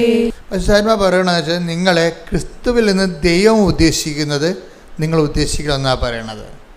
മനസ്സിലായ? ക്രിസ്തുവിൽ നിന്ന് ക്രിസ്തുവിനെ കൊണ്ട് ദൈവം ഉദ്ദേശിക്കുന്നത് നിങ്ങൾ ഉദ്ദേശിക്കണമെന്നാണ്. എന്താ കാര്യം? ഒരു മനുഷ്യൻ്റെ ആത്മരക്ഷയും അതിൻ്റെ വളർച്ചയും. ഇതിനു വേണ്ടിയാണ് നിങ്ങൾ ക്രിസ്തുവിനെ ആസ്പദം വെക്കണമെങ്കിൽ നമ്മൾ ഇന്ന് പറയുന്ന പല കാര്യങ്ങളും എന്താണ്? നമ്മൾ വിചാരിക്കുന്നതിന് മുമ്പ് തന്നെ ഈ വിഷയത്തിൽ നമ്മൾ തീരുമാനം ഉണ്ടാകും. ഞാൻ എപ്പോഴും അമ്മയുടെ കൂടെ നടക്കുന്ന ഒരാളാണ്. ചിന്തിച്ചും ആലോചിച്ചും പറഞ്ഞും അമ്മയോട് സംസാരിച്ചും ഒക്കെ ഞാൻ എപ്പോഴും അമ്മയോട് ചോദിച്ചിരിക്കുന്ന കാര്യങ്ങളെല്ലാം ഈ എൻ്റെ മനസ്സിൽ എപ്പോഴും പരിശുദ്ധ തോന്നിയിരിക്കുന്നത് ഈ ക്രിസ്തു രഹസ്യങ്ങളുടെ ഒരു കുറേ താക്കോൽ അമ്മയുടെ കയ്യിലുണ്ടെന്നുള്ളതാണ്. ക്രിസ്തു രഹസ്യങ്ങളുടെ മറിയത്തെ ഏറ്റവും നല്ല രൂപമെന്ന് പറയുന്നത് ഒരു കൂട്ടം താക്കോൽ പിടിച്ച് നിൽക്കുന്ന ഒരു ലേഡിയുടെ രൂപമാണ്. എന്താ കാര്യം? ക്രിസ്തുവിൻ്റെ രഹസ്യങ്ങളെ വെളിപ്പെടുത്താൻ പറ്റിയ ദൈവം കൊടുത്ത കുറേ താക്കോലുകളുണ്ട് മറിയത്തിൻ്റെ കയ്യിൽ. മറിയമാണ് ഇതിനൊക്കെ എല്ലാം ബെസ്റ്റ്. ഇപ്പം ഞാൻ നിങ്ങളോട് പറഞ്ഞ വചനം ഞാൻ നേരത്തെ പറഞ്ഞില്ലേ, വേണ്ട സമയത്ത് അതെനിക്കിപ്പം കിട്ടിയതായിരുന്നു. ഞാൻ ഇങ്ങോട്ട് പോരാൻ നേരത്ത് കിട്ടിയാണ്. വേണ്ട സമയത്ത് ഹെബ്രായർ 4:16 എന്നൊരു വായിച്ച്. ഹെബ്രായർ 4:16. അതിനാൽ വേണ്ട സമയത്ത് കരുണയും കൃപാവരവും ലഭിക്കുന്നതിനായി നമുക്ക് പ്രത്യാശയോടെ കൃപാവരത്തിന്റെ സിംഹാസനത്തെ സമീപിക്കാം. അപ്പോൾ ഈ വേണ്ട സമയത്ത് ഉതകാൻ വേണ്ടി ഇപ്പം കാര്യങ്ങളൊക്കെ ശരിയാണ്, പക്ഷെ വേണ്ട സമയത്ത് ഉതകത്തില്ലെന്ന് പറയത്തില്ലേ? ചില ആൾക്കാരെ കുറിച്ചുള്ള കമൻ്റ് അതാണ്. ആൾ കൊള്ളാം, ആൾ കഴിവുള്ളവനാണ്, പക്ഷെ വേണ്ട സമയത്ത് ഉതകത്തില്ല. അതാ മനുഷ്യരാശിൻ്റെ നമുക്ക് എല്ലാവരുമൊക്കെ ഉണ്ടാകും, നമുക്കും ആസ്തി പദ്ധതിയൊക്കെ ഉണ്ടാകും, പക്ഷെ വേണ്ട സമയത്ത് നമുക്ക് ഉതകത്തില്ല. ഇത് ഒരു ജീവിതത്തിൻ്റെ ഒരു പ്രശ്നമാണ്. വേണ്ട സമയത്ത് എല്ലാവരും ഉണ്ട്, പക്ഷെ വേണ്ട സമയത്ത് ഉതകത്തില്ല. അതുകൊണ്ടാണ് മനുഷ്യൻ പറയണത് അകലത്തെ ബന്ധുവിനേക്കാൾ നല്ലതാണ് അയലത്തെ ശത്രു. അത് വേണ്ട സമയത്ത് ഉതകണം അവനായിരിക്കും, ബന്ധുവൊക്കെ ആയിരിക്കും, പക്ഷേ വേണ്ട സമയത്ത് വേണ്ട സമയത്ത് എന്ന് പറയണത് ആണ് ഉതകണമെങ്കിൽ വേണ്ട സമയത്ത് തന്നെ ഉതകണം. അത് കഴിഞ്ഞിട്ട് ഉതകിയിട്ട് കാര്യമില്ല. ഇപ്പം ഒരു ചേട്ടൻ ഒരു ദിവസം എന്നോട് പറഞ്ഞേ, എൻ്റെ അച്ഛാ, ഇതിനിപ്പം നമ്മുടെ മെഡിക്കൽ സ്റ്റോറിൽ ഒക്കെ വളരെ വില കുറവാണ് ഈ മരുന്നിന്. പക്ഷേ എൻ്റെ അമ്മയ്ക്ക് ഈ രോഗം വന്നപ്പോഴേ ഈ മരുന്ന് ജർമ്മനിയിലേ ഉണ്ടായിരുന്നുള്ളൂ. അത് ഞങ്ങൾ വരത്തിച്ചിട്ട് ബോംബെയിൽ എത്തിയായിരുന്നു. അപ്പോൾ അമ്മ മരിച്ചു പോയെന്ന്. വേണ്ട സമയത്ത് ആ മരുന്നുണ്ട്, അവരെത്തിച്ചതാണ്. ഇന്ന് ഈ ചന്തയിൽ ഇങ്ങനെ ഏത് ഇവിടെ ചെന്ന് ചോദിച്ചാലും കിട്ടണ മരുന്ന് ഒരു കാലത്ത് അന്ന് അയാൾ കരയണ സങ്കടപ്പെട്ട് പറഞ്ഞാണ്, ഈ മരുന്ന് ഇന്നത്തെ പോലെ അവസാനം ഉണ്ടായെങ്കിൽ എൻ്റെ അമ്മ ഇന്നും ഉണ്ടായനാണ്. എൻ്റെ കാര്യത്തിൽ വേണ്ട സമയത്ത് അത് ഉതകില്ലെന്ന് അയാൾ പറയണത്. അപ്പോൾ എന്തുകൊണ്ട് ഇല്ല എന്നല്ല പ്രശ്നം, വേണ്ട സമയത്ത് ഉതകുകയാണ്. അപ്പോഴീ വേണ്ട സമയത്ത് നമുക്ക് ഉതകാൻ വേണ്ടിയാണ് ദൈവം എന്താണ് ക്രിസ്തുവിനെ അയച്ചിരിക്കുന്നത്. വീട്ടില്ലേ, ക്രിസ്തുവിനെ അയച്ചതിൻ്റെ ഒരു ലക്ഷ്യം എന്താ? വേണ്ട സമയത്ത് നമുക്ക് ഉതകുക, വേണ്ട സമയത്ത് വേണ്ട കാര്യത്തിന് ഉതകുക. അതുകൊണ്ട് എന്താ പറയണത്, അതിന് നമുക്ക് കുറേ സാധനങ്ങൾ വേണം. ഒന്ന്, വേണ്ട സമയത്ത് ഉതകണമെങ്കിൽ എന്ത് ചെയ്യണം? നമുക്ക് കുറേ കാര്യം റൈറ്റ് ഓഫ് ചെയ്ത് കളയണം. അതാണ് വേണ്ട സമയത്ത് കരുണ കിട്ടണം. കരുണയെന്ന് പറഞ്ഞാൽ എന്താണ്? മേഴ്സി എന്ന് വെച്ചാൽ ഗ്രേസാണ് കരുണ. ഗ്രേസ് എന്ന് പറയുന്നതിൻ്റെ ഉദ്ദേശം രണ്ട് കാര്യങ്ങളാണ്. ഒന്ന്, ഗ്രേസ് ഒരു ഫ്രീ ഗിഫ്റ്റാണ്. ക്രിസ്തുവിലൊരു ആൾ വിശ്വസിക്കുമ്പോൾ തന്നെ ദൈവം അലോട്ട് ചെയ്യുന്നതാണ് ദൈവത്തിൻ്റെ പവർ ഓഫ് ഗോഡ് എന്ന് പറയുന്നത്. ഇതിൻ്റെ ഏറ്റവും വലിയ ഗുണമെന്ന് പറയുന്നത് പാപം ചെയ്യാതിരിക്കാനുള്ള കഴിവാണ്. നമ്മൾ അതിനെക്കുറിച്ച് ചിന്തിക്കാറ് പോലും ഇല്ല. നമ്മൾ കൃപാവരം എന്നൊക്കെ പറയുമെങ്കിലും കൃപാവരത്തിൻ്റെ അൾട്ടിമേറ്റ് ഉദ്ദേശം എന്താണെന്നറിയാമോ? ദൈവം ഉദ്ദേശിക്കണത് പാപം ചെയ്യാതിരിക്കാനുള്ള കഴിവാണ്. ബാക്കിയെല്ലാം ഇത് ഈ ഒരു സ്റ്റാറ്റസ് കിട്ടിയാൽ ബാക്കിയുള്ളതൊന്നും പ്രശ്നമല്ല. ഈ ഗ്രേസിൻ്റെ വരപ്രസാദത്തിൻ്റെ ഏറ്റവും വലിയ ഇഫക്റ്റ് എന്ന് പറയുന്നത് ഒന്ന് പാപം ചെയ്യാതിരിക്കാനുള്ള കഴിവാണ്. കാര്യം പാപമാണ് ഈ രൂപത്തിലാക്കി ക്രിസ്തുവിനെ പോലും ആക്കി കളഞ്ഞിരിക്കുന്നത്. അപ്പോൾ ഇത് രണ്ടും കൂടി ഒരുമിച്ച് പോകത്തില്ല. ഒരു പാപകരമായ ജീവിതവും ക്രിസ്തുവുള്ള ജീവിതവും തമ്മിൽ ഒരുമിച്ച് പോകത്തില്ല. നിങ്ങൾ ആരും അങ്ങനെ വിചാരിക്കരുത്. അതുകൊണ്ട് തന്നെ ഈ കാര്യത്തിലൊക്കെ ഒരു തീരുമാനം വരണം. എന്തുമാത്രം ഉടമ്പടി പുരോഗമിക്കുന്നു അത്രയും നമ്മൾ വിശുദ്ധിയിൽ വളരാൻ വേണ്ടിയുള്ള ദൈവത്തിൻ്റെ പദ്ധതികളോട് സഹകരിക്കുകയാണ്. പറഞ്ഞേ, എന്തുമാത്രം നമ്മൾ ഉടമ്പടിയിൽ പുരോഗമിക്കുന്നു അത്രയും നമ്മൾ വിശുദ്ധി വളരാനുള്ള ദൈവത്തിന്റെ പദ്ധതികളോട് സഹകരിക്കുകയാണ്. ദൈവത്തിന്റെ ഒരു പദ്ധതി കൊണ്ട് എന്താണ് കാര്യം? നമ്മൾ വിശുദ്ധിയിൽ വളരണം. അപ്പോൾ ആ പദ്ധതിയോടുള്ള സഹകരണമാണ് ഈ ഉടമ്പടി. അമ്മ എന്താ ചെയ്യണത്? ഈ വേണ്ട സമയത്ത് നമുക്ക് കരുണയും കൃപാവരവും ലഭിക്കുന്നതിന് വേണ്ടി കൃപാവരത്തിന്റെ സിംഹാസനത്തെ സമീപിക്കാം.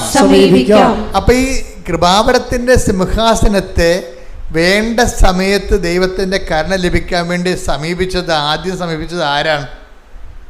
അമ്മയാണ്. ഇല്ല, ഇതാണ് എന്നോട് ഇപ്പം പറഞ്ഞത്. ഇങ്ങോട്ട് കയറാൻ നേരത്ത് പറഞ്ഞത് ഇതാണ്. ഈ കൃപാവരത്തിൻ്റെ ഈ ഹെബ്രായർ 4:16 അനുസരിച്ചുകൊണ്ട് ഒരു മനുഷ്യൻ്റെ വേണ്ട സമയത്ത് അവന് ദൈവത്തിൻ്റെ കരുണ ലഭിക്കാൻ വേണ്ടി ദൈവത്തിൻ്റെ കൃപാവരം ലഭിക്കാൻ വേണ്ടി കൃപാവരത്തിൻ്റെ സിംഹാസനമായ ക്രിസ്തുവിനെ ആദ്യം സമീപിച്ചത് ആരാണ്? അമ്മയാണ്. അതാണ് അവർക്ക് വീഞ്ഞില്ല എന്ന് പറയണത്. മനസ്സിലായില്ലേ? ആദ്യത്തെ സമീപനമാണ്. ഇതുകൊണ്ടാണ് നമ്മുടെ ക്രിസ്തുവിലുള്ള ജീവിതത്തിൻ്റെ ഒരു മെൻറ്റർ എന്ന് പറയുന്നത് ആരാണ്? ഒരു ക്രിസ്ത്യൻ ലൈഫിൻ്റെ മെൻറ്റർ ആരാണ്? മറിയമാണ് ശരിക്കും. ഇപ്പം ഞാൻ നിങ്ങളുടെ ആദ്യം പറഞ്ഞ വചനമുണ്ടല്ലോ, എന്താണ്? ഹെബ്രായർ 1:1 വായിച്ചോ, ഒന്നുകൂടി വായിച്ചേ. പൂർവകാലങ്ങളിൽ പ്രവാചകന്മാർ വഴി വിവിധ ഘട്ടങ്ങളിലും വിവിധ രീതികളിലും ദൈവം നമ്മുടെ പിതാക്കന്മാരോട് സംസാരിച്ചിട്ടുണ്ട്. എന്നാൽ ഈ അവസാന നാളുകളിൽ തന്റെ പുത്രൻ വഴി അവിടുന്ന് നമ്മോട് സംസാരിച്ചിരിക്കുന്നു. അപ്പം ഇത് നമ്മൾ അതായത് ഈ വികസനത്തിൻ്റെ അവസാന വണ്ടി എന്ന് പറഞ്ഞിട്ട് ഞങ്ങൾ ഈ നമ്മുടെ AK ആൻ്റണി സാറ് മുഖ്യമന്ത്രിയായിരുന്ന കാലത്ത് ഇവിടെ കുറച്ച് വികസനങ്ങളുടെ പദ്ധതികൾ ഗവൺമെൻറ് അനൗൺസ് ചെയ്തിരുന്നു.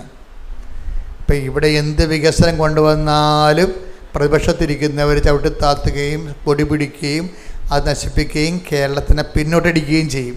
ഇതൊരു സ്ഥിരം കലാപരിപാടിയായിരുന്നു പണ്ട്.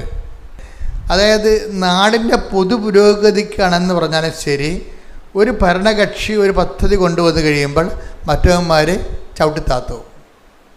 അങ്ങനെ ചവിട്ടിത്താത്തി അവസാനം ആൻ്റണി മുടിഞ്ഞ് ഇനി നടക്കത്തില്ലെന്ന് കണ്ട, ഇനി ഒന്നും ചെയ്തിട്ട് കാര്യം, ഇനി സമയം കിട്ടുന്നപ്പോൾ പുള്ളിക്കാരൻ പറഞ്ഞതാണ് ഇത് വികസനത്തിൻ്റെ അവസാനത്തെ വണ്ടിയാണെന്ന്. ഞാൻ മനോരമയുടെ മെയിൻ ഹെഡിങ് ആയിരുന്നു ഇത് വികസനത്തിൻ്റെ അവസാന വണ്ടി. ഞാൻ എൻ്റെ മനസ്സിൽ വെച്ചാൽ ഈ വചനം കേട്ടപ്പോൾ എൻ്റെ മനസ്സിൽ വന്നത് ഇതാണ്, ഇത് രക്ഷയുടെ അവസാന വണ്ടിയാണ്. അത് നമ്മളോട് ആര് പറഞ്ഞ പൂർവ്വകാലങ്ങളിൽ പ്രവാചകന്മാർ മുഖേന എന്ന് വായിച്ച് വിവിധ ഘട്ടങ്ങളിലും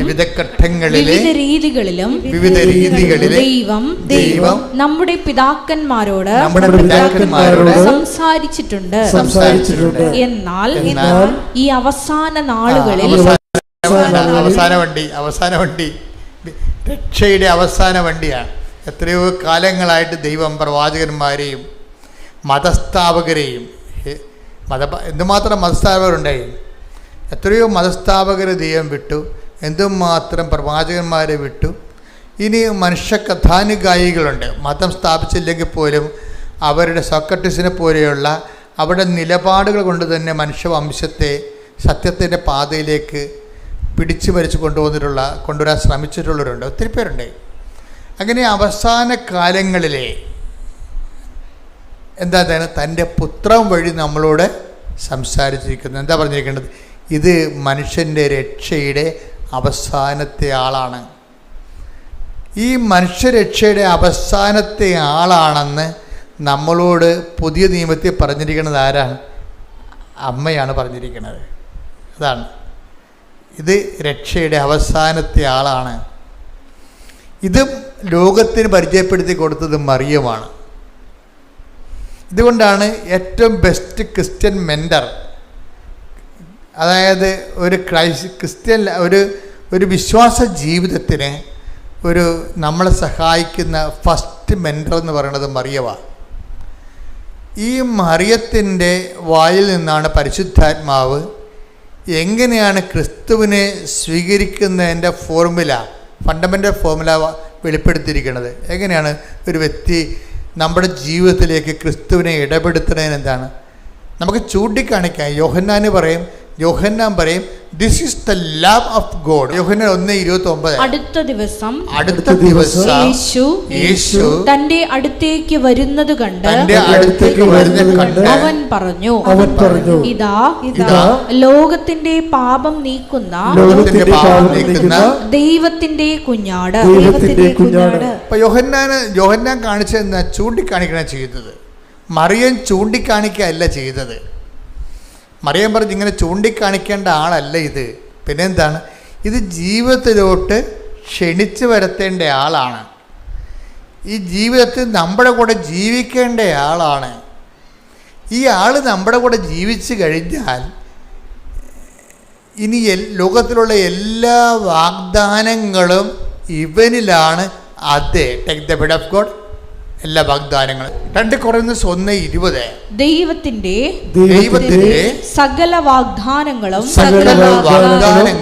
ക്രിസ്തുവിൽ അതേ എന്ന് തന്നെ.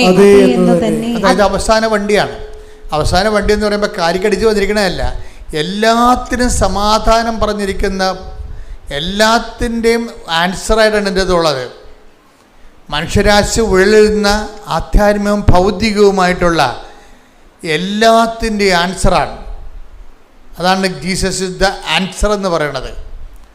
നമ്മൾ എടുത്ത് ചില സ്റ്റിക്കറെ കണ്ടിട്ടില്ലേ, Jesus is the answer. Jesus is the answer for all questions ആണ്. ഭൗതികവും ആത്മീയവുമായ മനുഷ്യൻ്റെ എല്ലാവിധ ആശങ്കകളുടെയും ചോദ്യങ്ങൾക്ക് ഉത്തരവാണ്. അതുകൊണ്ടാണ് 2 Corinthians 1:20 പറയണത്, ക്രിസ്തു പറഞ്ഞ സകല വാഗ്ദാനങ്ങളും ക്രിസ്തുവിൽ അതേ തന്നെയാണ്. അപ്പൊ ഈ ലോകത്തിന് പറ്റിയതും വരാനിരിക്കുന്ന ലോകത്തിനുള്ള ദൈവം എന്നെല്ലാം നമുക്ക് നൽകിയിരിക്കുന്നത് വാഗ്ദാനത്തിലാണ്. ഇത് വാഗ്ദാനം മുഴുവനുമായിട്ടാണ് ക്രിസ്തുവിലെ ദൈവം ക്രോഡീകരിച്ചിരിക്കുന്നത്. ക്രിസ്തുവിനെ സ്വീകരിക്കുന്നവൻ ദൈവത്തിൻ്റെ എല്ലാ വാഗ്ദാനങ്ങളും നമ്മൾ പ്രാപിക്കുകയാണ്, ദൈവത്തിൻ്റെ എല്ലാ വാഗ്ദാനം പ്രാപിക്കുകയാണ്. അപ്പം അതുകൊണ്ട് തന്നെ ക്രിസ്തുവിനെ സ്വീകരിക്കാൻ വേണ്ടിയുള്ള ഒരു വളരെ ലളിതമായൊരു ഫോർമുലയാണ് അമ്മ, പരിശുദ്ധാത്മാവ് അമ്മയിലൂടെ വെളിപ്പെടുത്തുന്നത്. എന്താണ്? ക്രിസ്തുവിനെ നിനക്ക് സ്വീകരിക്കണോ? നീ ഒരു ഫ്രഷ് ഹാൻഡാണ്. നീ ആദ്യമാണ് ക്രിസ്തുവിനെ കേൾക്കുകയാണ്. Do you want to receive Jesus Christ? നിങ്ങൾക്ക് കർത്താവിനെ സ്വീകരിക്കണമെന്നുണ്ടോ? എങ്കിൽ ഇറ്റ് ഈസ് വെരി ഈസി. എന്താ ചെയ്യേണ്ടത്? എന്ത് ചെയ്യണം? നീ അവിടെ പോയി ഏതെങ്കിലും വെള്ളത്തിലോ കടലിലോ പോയി മുങ്ങേണ്ട കാര്യമില്ല. പിന്നെ എന്താ കാരണത്? നീ ഇത്രയേ ഉള്ളൂ, അവൻ പറയണ പോലെ ചെയ്യുക. വചനത്തിലുള്ള ന്യായസ്ഥാനമാണ്. വചനത്തിലെ ഇതൊരു ന്യായസ്ഥാനമാണ് ശരിക്കും. പക്ഷേ ആർക്കും ചെയ്യാം. ഒരു സഭയുടെ ഭാഗമാകാതെ തന്നെ നിനക്ക് ക്രിസ്തുവിനെ സ്വീകരിക്കാൻ പറ്റും. എന്താ കാര്യം? ഫ്രഷ് ഹാൻഡ്സിൻ്റെ ദൈവം നൽകുന്ന ഏറ്റവും വലിയ ഒരു ചാൻസാണ്, ഒരു ഒക്കേഷനാണ്, ഒരു ഓഫറാണ്. ഇതൊരു പുതിയ കാലത്തിൻ്റെ പുതിയ ഓഫറാണ്. എന്താണ്? നിനക്ക് നിന്നെ ക്രിസ്തുവിനെ സ്വീകരിക്കണം എങ്കിൽ അതിന് എളുപ്പമാർഗം എന്താണ്? അവൻ പറയണ പോലെ ചെയ്യുക. ഈ ഉടമ്പടിയുടെ ഉൾക്കാമ്പെന്ന് പറഞ്ഞ ഇതാണ്. എന്താ കാര്യം? മറിയം കണ്ടെടുത്ത ക്രിസ്തുവിനെ, ഹെബ്രായർ 4:16 ക്രിസ്തുവിനെയും നമ്മൾക്ക് അക്സസറി ആക്കി തരികയാണ്. എന്ന് വെച്ച് കഴിഞ്ഞാൽ ഒത്തിരി കഷ്ടപ്പെട്ട്, കാര്യം ക്രിസ്തുവിനെ സ്വീകരിക്കുന്നത് ഒരു ദുർവഹമായ ചുമടായി മാറ്റരുതെന്ന് ക്രിസ്തുവിന് ഭയങ്കര ആഗ്രഹമുണ്ട്. നിങ്ങൾ ദുർവഹമായ ചുമടുകൾ മനുഷ്യരുടെ മുമ്പിൽ വെക്കുന്നു, എന്നിട്ട് നിങ്ങളതിൽ പ്രവേശിക്കുന്നില്ല, പ്രവേശിക്കാൻ വന്നവരെ നിങ്ങൾ തടയുന്നു എന്നൊക്കെ പറഞ്ഞ് ക്രിസ്തുവിൻ്റെ സ്റ്റേറ്റ്മെൻ്റ് ഉണ്ട്. അതിനെ അഡ്രസ്സ് ചെയ്തുകൊണ്ടാണ് ഞാൻ ഇപ്പോൾ പരിശുദ്ധനോട് സംസാരിക്കുന്നത്. ഒരു ദുർവഹമായ ചുമടില്ല എൻ്റെ അകത്ത്. സിമ്പിളാണ്. എന്താ കാര്യം? അവൻ പറയണത് പോലെ ചെയ്യുക. പ്രാർത്ഥിക്കുക. കർത്താവായ ദൈവമേ, സകല വാഗ്ദാനങ്ങളും ഒന്നായി ക്രിസ്തുവായി മാറിയ ദൈവത്തിന്റെ പദ്ധതി ഉൾക്കൊള്ളാൻ ക്രിസ്തുവിന്റെ വചനം അനുസരിച്ചുകൊണ്ട് ജീവിതം പുനഃക്രമീകരിക്കുവാൻ പരിശുദ്ധമേ ദൈവമാതാവേ ഞങ്ങളെ അനുഗ്രഹിക്കണമേ. ഈശോമിശിഹ വാഗ്ദാനങ്ങൾക്ക് ഞങ്ങളെ യോഗ്യരാകുവാൻ സർവേശ്വരന്റെ പരിശുദ്ധ ദൈവമാതാവേ ഞങ്ങൾക്ക് വേണ്ടി അപേക്ഷിക്കണമേ. ശ്രദ്ധിക്കട്ടെ.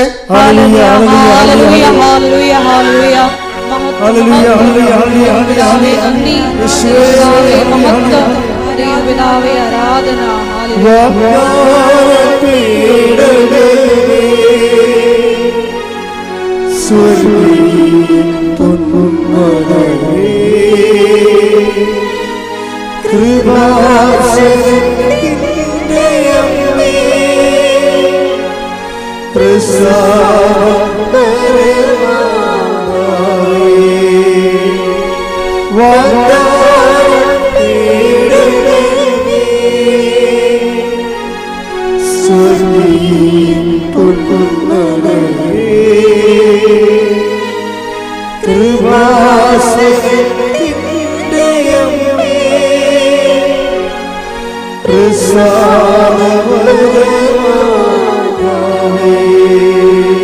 പരിശുദ്ധ പരമദിവ്യകാരുണ്യത്തിന് എന്നേരവും ആരാധനയും സ്തുതിയും പുകഴ്ചയും ഉണ്ടായിരിക്കട്ടെ. പരിശുദ്ധ പരമദിവ്യകാരുണ്യത്തിന് എന്നേരവും ആരാധനയും സ്തുതിയും പുകഴ്ചയും ഉണ്ടായിരിക്കട്ടെ. പരിശുദ്ധ പരമദിവ്യകാരുണ്യത്തിന് എന്നേരവും ആരാധനയും സ്തുതിയും പുകഴ്ചയും ഉണ്ടായിരിക്കട്ടെ.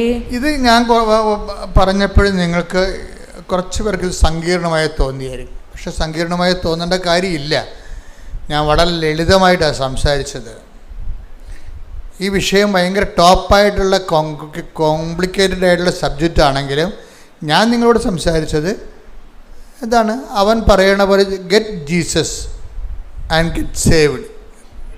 Receive Jesus and get saved. യേശുവിനെ സ്വീകരിക്കുക, നിത്യരക്ഷ പ്രാപിക്കുക. അതിനെന്ത് ചെയ്യണം?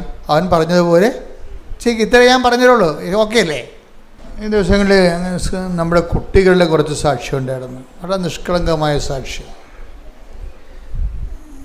ഞാൻ സാധാരണ കുട്ടികളുടെ സാക്ഷ്യം എടുക്കാറില്ല. കാര്യം അവരെ പലപ്പോഴും മുതിർന്നവരെ പോലെയും ഉടമ്പടിയുടെ മെക്കാനിസമൊക്കെ മനസ്സിലാക്കിയിട്ട് ആക്ടിവേറ്റ് ചെയ്യുന്നവരല്ല. അവർ തിരികെത്തിച്ച് പ്രാർത്ഥിച്ച് അങ്ങനെ ഓരോ കാര്യങ്ങൾ ചെയ്ത് ആ പഴയ പ്രാർത്ഥനയുടെ ആ ഒരു മേഖലയിൽ തന്നെ ജീവിക്കുന്ന ആൾക്കാരാണ്. അല്ലാതെ അവൻ പറയണ പോലെ ചെയ്ത് ആ ഫോർമുല ഉപയോഗിച്ച് ടൈം ഷോർട്ടനിങ് നടത്തുക, ലൈറ്റ് വെയിറ്റിംഗ് ഉണ്ടാക്കുക, നോട്ട് ബൈ മിനിറ്റ് വർക്ക് ചെയ്യുക, അങ്ങനെയൊക്കെ ചിന്തിച്ച് ആലോചിച്ചല്ല ഇവർ ഉടമ്പടിയിൽ ഇൻവെസ്റ്റ് ചെയ്യണത്. ഒരു സാധാരണ കാഷ്വലായിട്ട് ആർക്കും ഇൻവെസ്റ്റ് ചെയ്യാൻ പറ്റുന്ന രീതിയിലാണ് ഈ 18 വയസ്സുകാരും. അപ്പോൾ അവരുടെ സാക്ഷ്യങ്ങൾ ഞാൻ അങ്ങനെ കാര്യമായിട്ട് എടുക്കത്തില്ല. അപ്പോൾ ഇപ്പോഴേ ഈ പരീക്ഷക്കാലമായതുകൊണ്ടാണ് ഈ ടൈമിൽ കുറച്ച് പരീക്ഷ സാക്ഷ്യങ്ങളുണ്ട്. അപ്പോൾ ഈ ഒരു സാക്ഷ്യം എന്ന് പറയണത് ഒരു 10-18 പിള്ളേർ ഒരുമിച്ച് ഒരു സാക്ഷ്യം പറഞ്ഞൊരു ദിവസം. ഒരേ പ്രായത്തിലുള്ള അവർ BSc നേഴ്സിംഗ് സ്റ്റുഡൻസാണ്.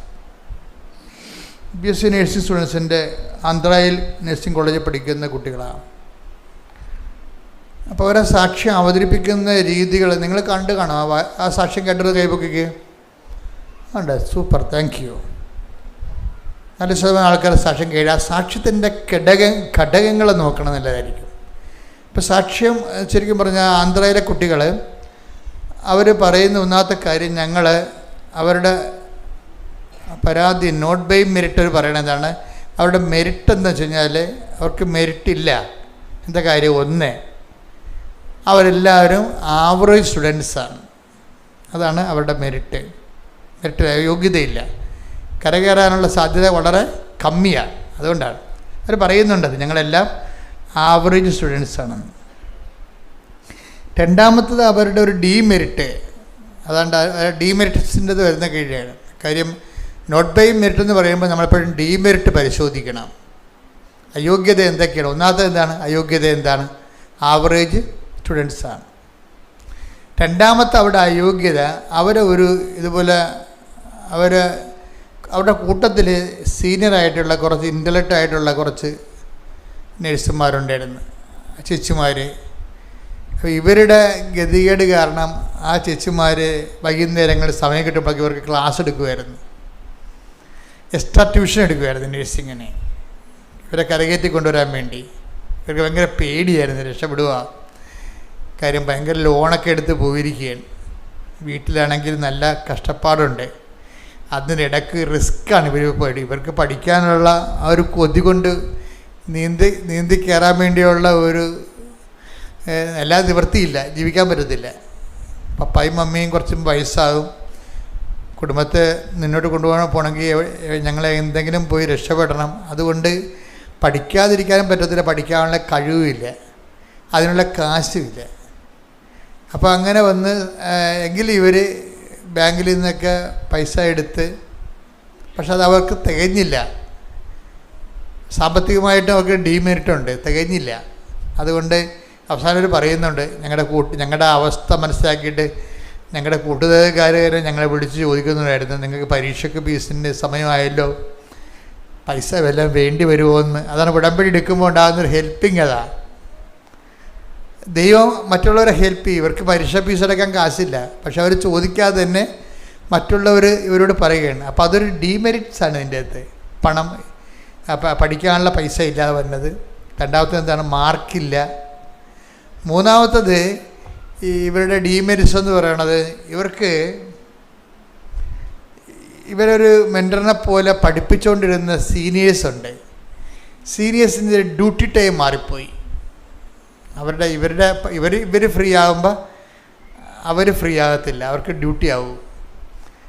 അത് പരീക്ഷയുടെ സമയം വന്നപ്പോഴാണ് ഇങ്ങനെ വന്ന ഒരു പ്രശ്നം വന്നത്. യുദ്ധം നടക്കാൻ പോകുമ്പോഴാണ് കുതിരപ്പടയാളികളെ കാണാതിരിക്കണമെന്ന അവസ്ഥയാണ്. യുദ്ധം നടക്കാൻ പോകുമ്പോഴാണ് കാണാത്തത്. ഇപ്പോൾ ഈ പരീക്ഷ തുടങ്ങണ ഒരു 2 ആഴ്ച ആയപ്പോൾ തന്നെ ഡ്യൂട്ടി ടൈമെല്ലാം ചേഞ്ച് ചെയ്തു പോയി. ഇവരെ തമ്മിൽ പോലും കാണാൻ പറ്റാത്ത അവസ്ഥയായി. തമ്മിൽ പോലും കാണാൻ 3 ഡീമെറിറ്റ്സ് വന്നു. ഇപ്പോൾ ഈ 3 ഡീമെറിറ്റ്സ്, ഒന്ന് സാമ്പത്തികമാണ്, രണ്ടാമത്തത് അവരുടെ ആവറേജ്, മൂന്നാമത്തത് അവരെ പഠിപ്പിച്ച ആളിൻ്റെ ഡ്യൂട്ടി മാറി, എല്ലാം ഒന്നിനൊന്ന് താഴേക്ക് തട്ടി താഴേക്ക് പോണ അവസ്ഥയാണ്. ഈ ഡീമെറിറ്റ്സിലാണ് ഇവർ ഉടമ്പടി ചെയ്യണത് മാതാവുമായിട്ട്.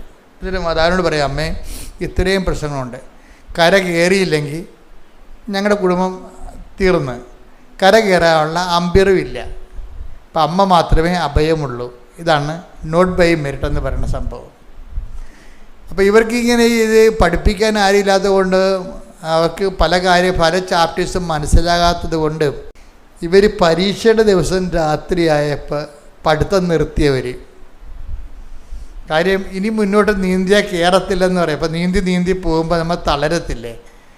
അപ്പോൾ ചില ആൾക്കാർ വലിയൊരു രക്ഷിക്കണമെങ്കിൽ കൈ പൊക്കാൻ വേണ്ടി കൈ പൊക്കി കാണിച്ചിട്ട് ചിലപ്പോൾ ചില രക്ഷിക്കും, ചിലരെങ്കിൽ മുങ്ങിപ്പോവും. അങ്ങനെയാണ്. അതുപോലെ ഇവർക്ക് പഠിക്കാൻ പറ്റാത്ത കണ്ടീഷനായി. അപ്പോൾ ഇവരെന്നാ ചെയ്ത്, ഹോസ്റ്റലിൽ മാതാവിൻ്റെ രൂപത്തിൻ്റെ മുമ്പിൽ എല്ലാവരും കൂടി ഇത് കരഞ്ഞ് അവരുടെ ജീവിത പ്രശ്നം കേൾക്കണമേ. അപ്പം അവരുടെ ജീവിത പ്രശ്നം അവരുടെ പ്രശ്നമാണ് ശരിക്കും, അത് അവർക്ക് വലിയ പ്രശ്നമാണത്.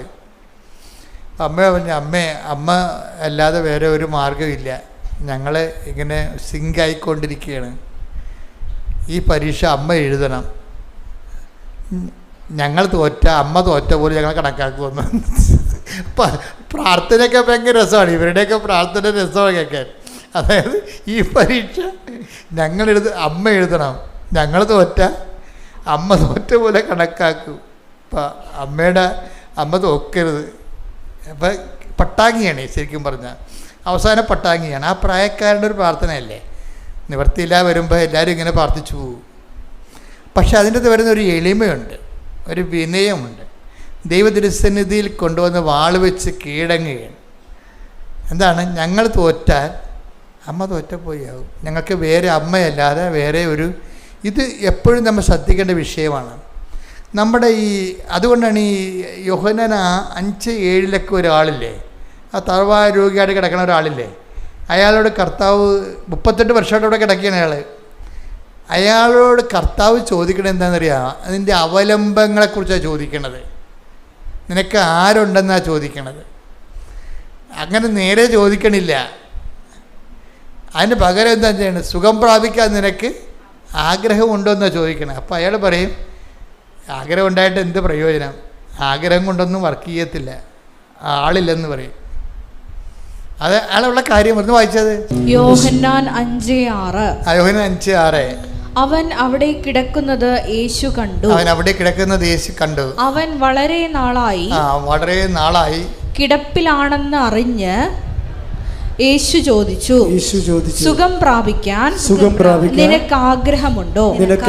അവൻ പറഞ്ഞു, കർത്താവേ, വെള്ളമിളകുമ്പോൾ എന്നെ കുളത്തിലേക്ക് ഇറക്കാൻ ആരുമില്ല. ഞാൻ എത്തുമ്പോഴേക്കും മറ്റൊരുവൻ വെള്ളത്തിൽ ഇറങ്ങിക്കഴിഞ്ഞിരിക്കും. അപ്പൊ എന്താ വിഷയം എന്ന് പറഞ്ഞത്, ഇയാളെ സുഖം പ്രാപിക്കാൻ നിനക്ക് ആഗ്രഹമുണ്ടോ എന്ന് ചോദിക്കുമ്പോൾ അയാൾ പറയുന്ന മറുപടി എന്താണ്, ഈ 38 വർഷവും ഞാൻ എൻ്റെ രീതി പരിശ്രമിക്കുന്നുണ്ടായിരുന്നു. അയാളുടെ പരിശ്രമം പറയുന്നുണ്ട് അയാൾ അതിൻ്റെ അകത്ത്. ഈ 38 വർഷവും ഞാനിങ്ങനെ വെള്ളമിളകുമ്പോൾ എന്നെ ആരെങ്കിലോടൊക്കെ ഞാൻ കൈയും കാലും പിടിച്ചിട്ട് എന്നെ രക്ഷപ്പെടുത്താൻ പറയും. അവരങ്ങനെ എന്നെ കുളത്തിലേക്ക് ഇറക്കും, പക്ഷേ ആ കുളത്തിൽ മാലാഖ ഇറക്കി വെള്ളം ഇളകണ സമയത്താണ് സുഖപ്പെടുന്നത്. പലരും സുഖപ്പെടും, പക്ഷേ ഇയാൾ സുഖപ്പെടത്തില്ല. അങ്ങനെ ആ നാട്ടിലുള്ള ആൾക്കാരെല്ലാം ഇയാളെ സഹായിക്കാവുന്നവരൊക്കെ സഹായിച്ച് തീർന്ന്. ഇനി ആരും സഹായിക്കാനില്ല. അവൻ്റെ കാര്യത്തിൽ നോക്കില്ല, അവൻ എണ്ണം കെട്ടവനാണ്, പ്രാക്കപ്പെട്ടവൻ. അവനെ കൊണ്ടുപോയത് ബാക്കിയുള്ളവർ കൂടി സുഖപ്പെടുത്തണമെന്ന് ഇയാളെ തള്ളിക്കളഞ്ഞ് ഇയാളിങ്ങനെ പരിശ്രമിച്ച് പരാജയപ്പെട്ട ഒരാളാണ്. അതയാളെ പറയുന്നുണ്ട്, ഞാൻ 38 കൊല്ലമായിട്ട് പരിശ്രമമാണ്, ഓരോ കര കയറാൻ വേണ്ടിയുള്ള പരിശ്രമമാണ്. ഇപ്പം നിങ്ങളൊക്കെ പറയത്തില്ലേ, കെട്ടി വന്ന കാലം മുതൽ കര കയറാൻ വേണ്ടി, കുടുംബത്തെ കരകയറ്റാൻ വേണ്ടിയുള്ള പരിശ്രമമാണെന്ന് പറയും. അതന്നെ അതിൻ്റെ സംഭവം. കെട്ടി വന്ന കാലം മുതൽ ഈ കുടുംബത്തിനെ കരകയറ്റാൻ വേണ്ടിയും കരകയറാൻ വേണ്ടിയുള്ള പരിശ്രമമാണ്. പക്ഷേ എന്താ പ്രശ്നം, നമ്മൾ ആദ്യമൊക്കെ വിചാരിക്കും നമുക്ക് ആങ്ങളെയുണ്ട്, വീട്ടുകാരുണ്ട്, നാട്ടുകാരുണ്ട്, പാർട്ടിക്കാരുണ്ടെന്നൊക്കെ വിചാരിച്ചാലും ചിലക്ക് ഇവരൊക്കെ പിടിച്ചാൽ നമ്മളെ പൊങ്ങത്തില്ല. അതാണ്. അപ്പോൾ അവരൊക്കെ വന്ന് ശ്രമിച്ച് പോയി. അത് പക്ഷേ ഇയാൾക്കൊരു ഗുണമുള്ളതെന്ന് വെച്ചാൽ ഇയാളുള്ള കാര്യം ഡിക്ലെയർ ചെയ്യും. ഡിക്ലറേഷൻ ഒരു പ്രധാനപ്പെട്ട കാര്യമാണ്. അതിങ്ങനെ നാക്ക് കൊണ്ട് പറയണതല്ല. ഡിക്ലറേഷൻ എന്ന് വെച്ച് കഴിഞ്ഞാൽ എന്താ പറയുന്നത്, ഡിക്ലറേഷൻ എന്ന് വെച്ച് കഴിഞ്ഞാൽ പ്രഖ്യാപിക്കണം. അതെന്ന് വെച്ച് കഴിഞ്ഞാൽ നമ്മളുടെ അവസ്ഥ നമ്മൾ പറയണം. ഈ അവസ്ഥ നമ്മൾ പറയുമ്പോഴും നമ്മൾ വേറെ രഹസ്യ അവലംബങ്ങളുണ്ടാകും നമുക്ക്. ഇവിടെയാണ് പ്രാർത്ഥന ബ്ലോക്കാകുന്നത്. നമ്മൾ അവസ്ഥ പറയും, എന്നാലും പറയും സാരമില്ല, 5 സെൻറ്റ് സ്ഥലം അപ്പുറത്ത് കിടപ്പുണ്ട്, ഭാഗവടപ്പടി അപ്പം ചെയ്യുമ്പോൾ കിട്ടും.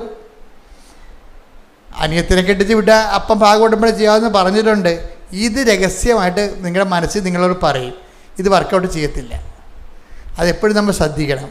നമുക്ക് ഡിക്ലെയർ ചെയ്യാം, പക്ഷേ നിങ്ങൾ എവിടെയെങ്കിലും അവലംബം വെച്ചിട്ടുണ്ടെന്ന് നോക്കണം.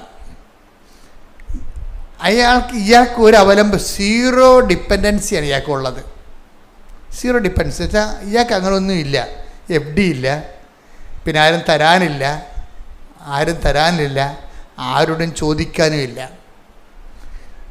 ആരോടും എല്ലാവരും ചോദിച്ച് ഇയാൾ രക്ഷപ്പെടുത്താൻ വേണ്ടി പരിശ്രമിച്ച് മടുത്ത ആൾക്കാരെ ആ നാട്ടിലുള്ളൂ.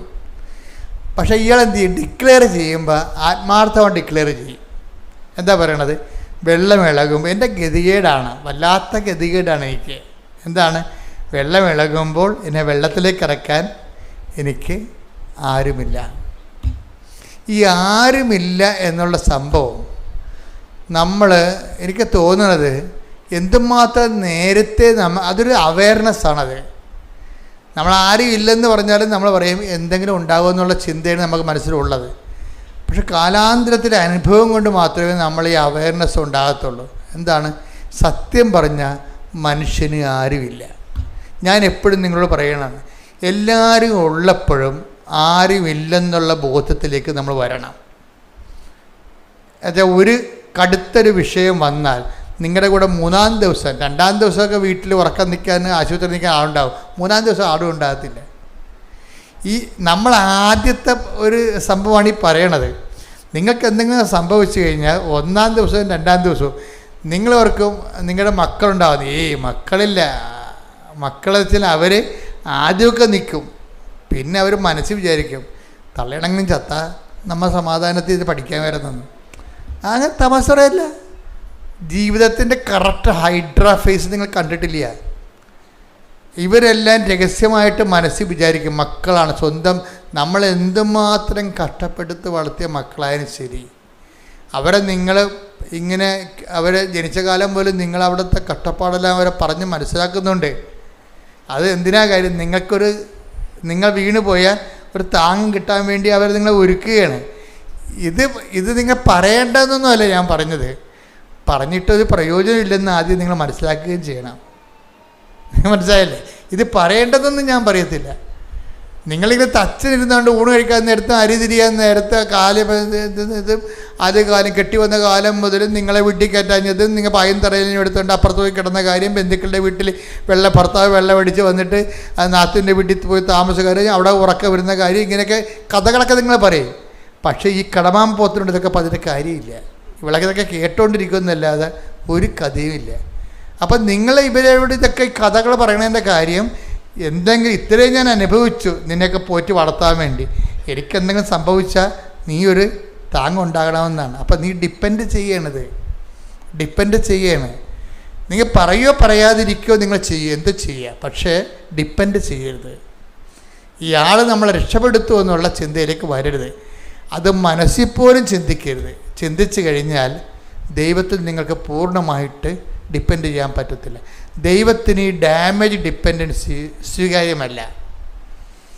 അത് എപ്പോഴും നമ്മൾ ശ്രദ്ധിക്കേണ്ട കാര്യമാണ്. എന്നുവെച്ചാൽ ഡാമേജ് ഡിപ്പെൻഡൻസി എന്ന് പറയുന്നത് നിങ്ങൾ പകുതി ദൈവത്തിലും പകുതി പണത്തിലും FDയിലും പറമ്പിലും പൊന്നിലും വെക്കും, ഇല്ലേ? അതാണ് ഡാമേജ് ഡിപ്പെൻഡൻസി എന്ന് പറയുന്നത്. ഇതൊക്കെ ഉണ്ടായാലും ഇപ്പം ചില ആൾക്കാരുടെ മാലയൊക്കെ പൊട്ടിച്ചു പോകുമ്പോൾ അവർ അയ്യോ ചേച്ചി അങ്ങനെ സംഭവിച്ചു ചേച്ചി പ്രാർത്ഥിക്കാൻ മാതാവിനോട് പറയാം എന്ന് പറയുമ്പോഴും ഞാൻ ഉള്ളിച്ചിരിക്കും, നല്ല കാര്യം പോയത് പൊട്ടണം. എന്താ കാര്യം വെച്ചാൽ ഈ സാധനം ഇട്ടുകൊണ്ട് ഇവിടെ വരേണ്ട വല്ല കാര്യമുണ്ട് അവർക്ക് ഈ ബഹളത്തിൻ്റെ ഇടയിൽ മാലയൊക്കെ ഇട്ടുകൊണ്ട് വരേണ്ട വല്ല കാര്യമുണ്ട് അവർക്ക്. അപ്പോൾ ഇവർ ഈ നാട്ടുകാരെ കാണിക്കാനും വീട്ടുകാരെ കാണിക്കാനും വേണ്ടി വീട്ടിലിരുന്നാലും വീട്ടുകാരെ അടിച്ചു മാറുന്ന കാരണമാണ് ഈ കടത്തിയിട്ടുണ്ട് നടക്കുന്നത്. ഇതിൻ്റെ അകത്ത് ഇവർ ഡിപ്പെൻഡ് ചെയ്യുന്നുണ്ട്. ഏതെങ്കിലും കാര്യത്തിന് ഡിപ്പെൻഡ് ചെയ്യേണ്ടതെന്നല്ല സംഭവം. ഇത് നമുക്ക് ദൈവത്തിൻ്റെ ഉറപ്പ്, ദൈവം നമുക്കുള്ളതുപോലുള്ള ഉറപ്പ്, ഒരു പക്ഷേ അതിനേക്കാൾ വലിയ ഉറപ്പ് ഈ നിങ്ങളുടെ കയ്യിലുള്ള ഈ ആസ്തിക്ക് നിങ്ങൾ കൊടുക്കുന്നുണ്ട്. ഇത് നമ്മളെ ഒരു അപകടമാണ് ആധ്യാത്മിക മേഖലയിൽ. അതുകൊണ്ടാണ് ഈ സീറോ ഡിപ്പെൻഡൻസിയിലാണ് ഈ ഔഷധപിതാവിനും മാതാവിനും ദൈവം ട്രെയിൻ ചെയ്തിരിക്കുന്നത്. വീട്ടിൽ നിന്ന് വിളിച്ചുകൊണ്ട് പോകുന്നില്ലേ? അവർ പ്രസവിക്കണ സമയമായപ്പോൾ വീട്ടിൽ നിന്ന് വിളിച്ചുകൊണ്ട് പോകുന്നില്ലേ? എന്ന് വെച്ച് കഴിഞ്ഞാൽ ഒരു പൂച്ചക്കുഞ്ഞിനെ പോലും ഇവർ ഡിപ്പെൻഡ് ചെയ്യരുത്. തൊഴുത്തില്ലെങ്കിൽ തൊഴുത്തിൽ ദൈവത്തിനെ മാത്രം ആശ്രയിക്കണം. അതെ, എന്താണ് ഈ ഡിപ്പെൻഡൻസി, ഡാമേജ് ഡിപ്പെൻഡൻസി എന്ന് പറഞ്ഞാൽ എന്താണെന്ന് അറിയാമോ? എന്നുവെച്ചാൽ ച്യുതികൾ വന്നിട്ടുള്ള ആശ്രയങ്ങൾ, അവലംബങ്ങൾ. മർക്കോസ് 12:30 നീ നിന്റെ ദൈവമായ കർത്താവിനെ പൂർണ്ണ ഹൃദയത്തോടും പൂർണ്ണ ആത്മാവോടും പൂർണ്ണ മനസ്സോടും പൂർണ്ണ ശക്തിയോടും കൂടെ സ്നേഹിക്കുക. ഇതിനകത്ത് വരുന്ന വിഷയം ദൈവത്തിൻ്റെ നിലപാടിൽ പൂർണ്ണമായ സ്നേഹം മാത്രമേ സ്വീകാര്യമുള്ളൂ. അല്ലെങ്കിൽ നിങ്ങൾ ദൈവമായ കർത്താവിനെ സ്നേഹിക്കും, അതേ അളവിൽ മക്കളെയും പറമ്പും പൊന്നും ഒക്കെ നിങ്ങളെ ആശ്രയം വെക്കുകയാണെങ്കിൽ ഡാമേജ് ഡിപ്പെൻഡൻസി ഉണ്ടാകും. ഇയാളെ 38 കൊല്ലം ഇവിടെ കിടത്തി. ഈ കൊല്ലം പറയണ എന്താ കാര്യം? ഇയാൾക്ക് ആരോ ഉണ്ട് എന്ന് പറഞ്ഞുകൊണ്ട് ഇയാൾ ഇങ്ങനെ മനുഷ്യന്മാരെ ആശ്രയിച്ച് അനുഗ്രഹം ലാഗ് ചെയ്തെടുത്തതാണ്. എത്രയോ പേര് ഇയാളെ സഹായിക്കാൻ വേണ്ടി ആ വെള്ളത്തിൽ ചുവന്നുകൊണ്ട് ഇറക്കിയതാണെന്ന് അറിയാമോ?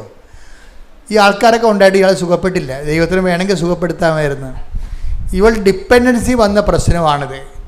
എനിക്ക് നാട്ടുകാരുണ്ട്, പാർട്ടിക്കാരുണ്ട്, പറമ്പുകാരുണ്ട്, വീട്ടുകാരുണ്ടെന്നൊക്കെ പറഞ്ഞുകൊണ്ട് ഇയാൾ ഓരോ മനസ്സിൽ ദൈവത്തിൻ്റെ സ്ഥാനത്ത് വേറെ ആൾക്കാരെയൊക്കെ വെച്ചിട്ടുണ്ട്. അതുകൊണ്ടാണ് ഈ 38 കൊല്ലം എടുത്തത്. അല്ലെങ്കിൽ യേശു വരുന്ന മുമ്പ് തന്നെ ആരെങ്കിലും പിടിച്ച് വെള്ളത്തിൽ മുക്കി വെച്ചെങ്കിൽ ഇയാൾ സുഖപ്പെട്ടേനെ. ഇയാളെ സുഖപ്പെടാത്തതിൻ്റെ കാരണം ദൈവത്തെക്കാൾ പ്രാധാന്യം ഇയാൾ ബന്ധുക്കൾക്ക്, സ്വന്തപ്പെട്ടവർക്കും, മക്കൾക്കും എല്ലാം കൊടുത്തിട്ട് ഡിപ്പെൻഡൻസി വെച്ച്. ദൈവത്തിനുള്ള കുഴപ്പമെന്ന് വെച്ച് കഴിഞ്ഞാൽ അങ്ങനെയുള്ള ഡിപ്പെൻഡൻസി സ്വീകാര്യമല്ല. അതാണ് പൂർണ്ണ ഹൃദയം എന്ന് പറഞ്ഞതിൻ്റെ കാരണം. ഇത് നിസ്സാരമല്ല, ശരിക്കും പറഞ്ഞാൽ സീരിയമാണ്. അത് ഈശോ വന്ന കാലത്ത് ഈശോ ഇതിനെ വളരെ സീരിയസ് ആയിട്ടാണ് എടുത്തത്. ഈ ഒരു കൽപ്പന എന്താണ്? എന്നേക്കാളുപരി ഭർത്താവിനെ സ്നേഹിക്കുന്നവൻ ഐ ഡോണ്ട് വാണ്ട് എന്ന് പറഞ്ഞ് അത്രയും ക്ലിയറായിട്ടാണ് പറഞ്ഞിരിക്കുന്നത്. പള്ളിയച്ചന്മാർ ഇതൊന്നും പറയത്തില്ല. എന്താ കാര്യം? ക്രിസ്തുവിനെ കൊടുക്കുകയല്ല പലരുടെ ഉദ്ദേശം.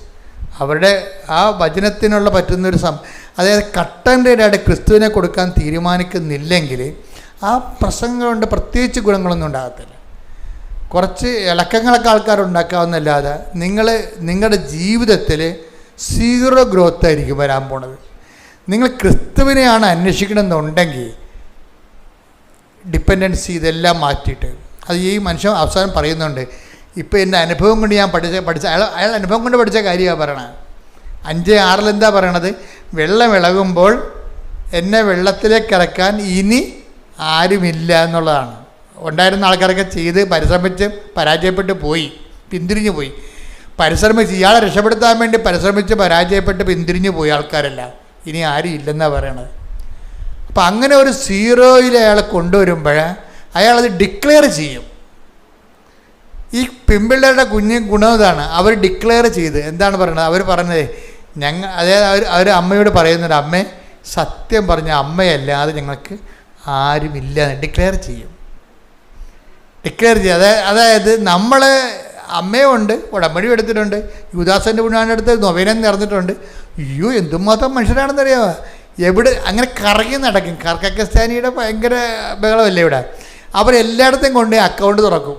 അത് എവിടെ നിന്നാണ്, ഇനി കൃപാസത്തിൽ നിന്നാണ്, ഇനി യുദാസൻ്റെക്ക് എന്നാണ്, അന്തൂരിതിനൊക്കെ എന്നാണ് അറിയത്തില്ല. അതുകൊണ്ട് എല്ലായിടത്തും കൊണ്ട് പണി വയ്ക്കും. എല്ലാവരും കൊണ്ട് നിങ്ങളുടെ പണിയുകയും ചെയ്യും. എന്താ കാര്യം? നിങ്ങൾ ഫ്രോഡാണെന്ന് ദൈവത്തിന് അറിയാം. അതാ വിഷയം. അത് യുദാസായാലും അന്തൂരിസായാലും അമ്മയായാലും കാര്യം കണ്ടാൽ മതി എന്നുള്ള രീതിയിലാണ് നിങ്ങൾ നിലപാട് പ്രഗ്മാറ്റിക്കാണ്. അതുകൊണ്ട് നിങ്ങൾ ഫ്രോഡാണെന്ന് ദൈവം ബ്രാൻഡഡ് ആയിട്ടുണ്ട്. അപ്പം അതുകൊണ്ട് എപ്പോഴും ദൈവത്തിരുസന്നിധി വരുമ്പോൾ വളരെ സൂക്ഷിച്ച് വേണം കൈകാര്യം ചെയ്യാൻ. പ്രത്യേകിച്ച് ഉടമ്പടി നിങ്ങൾ ചെയ്തിരിക്കുന്നത് ഒരു പ്രാർത്ഥനയല്ല, ബയലാട്ടർ എഗ്രിമെൻ്റാണ്, ദൈവമായിട്ടൊരു എഗ്രിമെൻ്റാണ്. ഈ എഗ്രിമെൻറ്റിൽ ആദ്യമേ ഡിക്ലെയർ ചെയ്യേണ്ടത് എന്താണ്?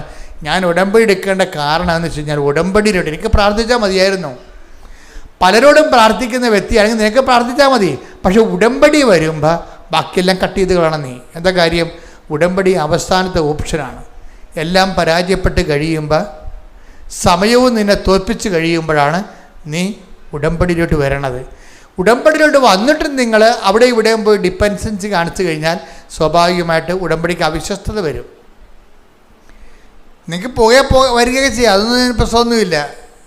കാര്യം എന്താ പ്രശ്നം വെച്ചാൽ നമ്മൾ ശ്രദ്ധിക്കേണ്ടത് ഉടമ്പടി ഒരു നിവൃത്തിയില്ലാത്തവൻ്റെ അവസാനത്തെ ഓപ്ഷനായിട്ടാണ് ഇത് വരണത്.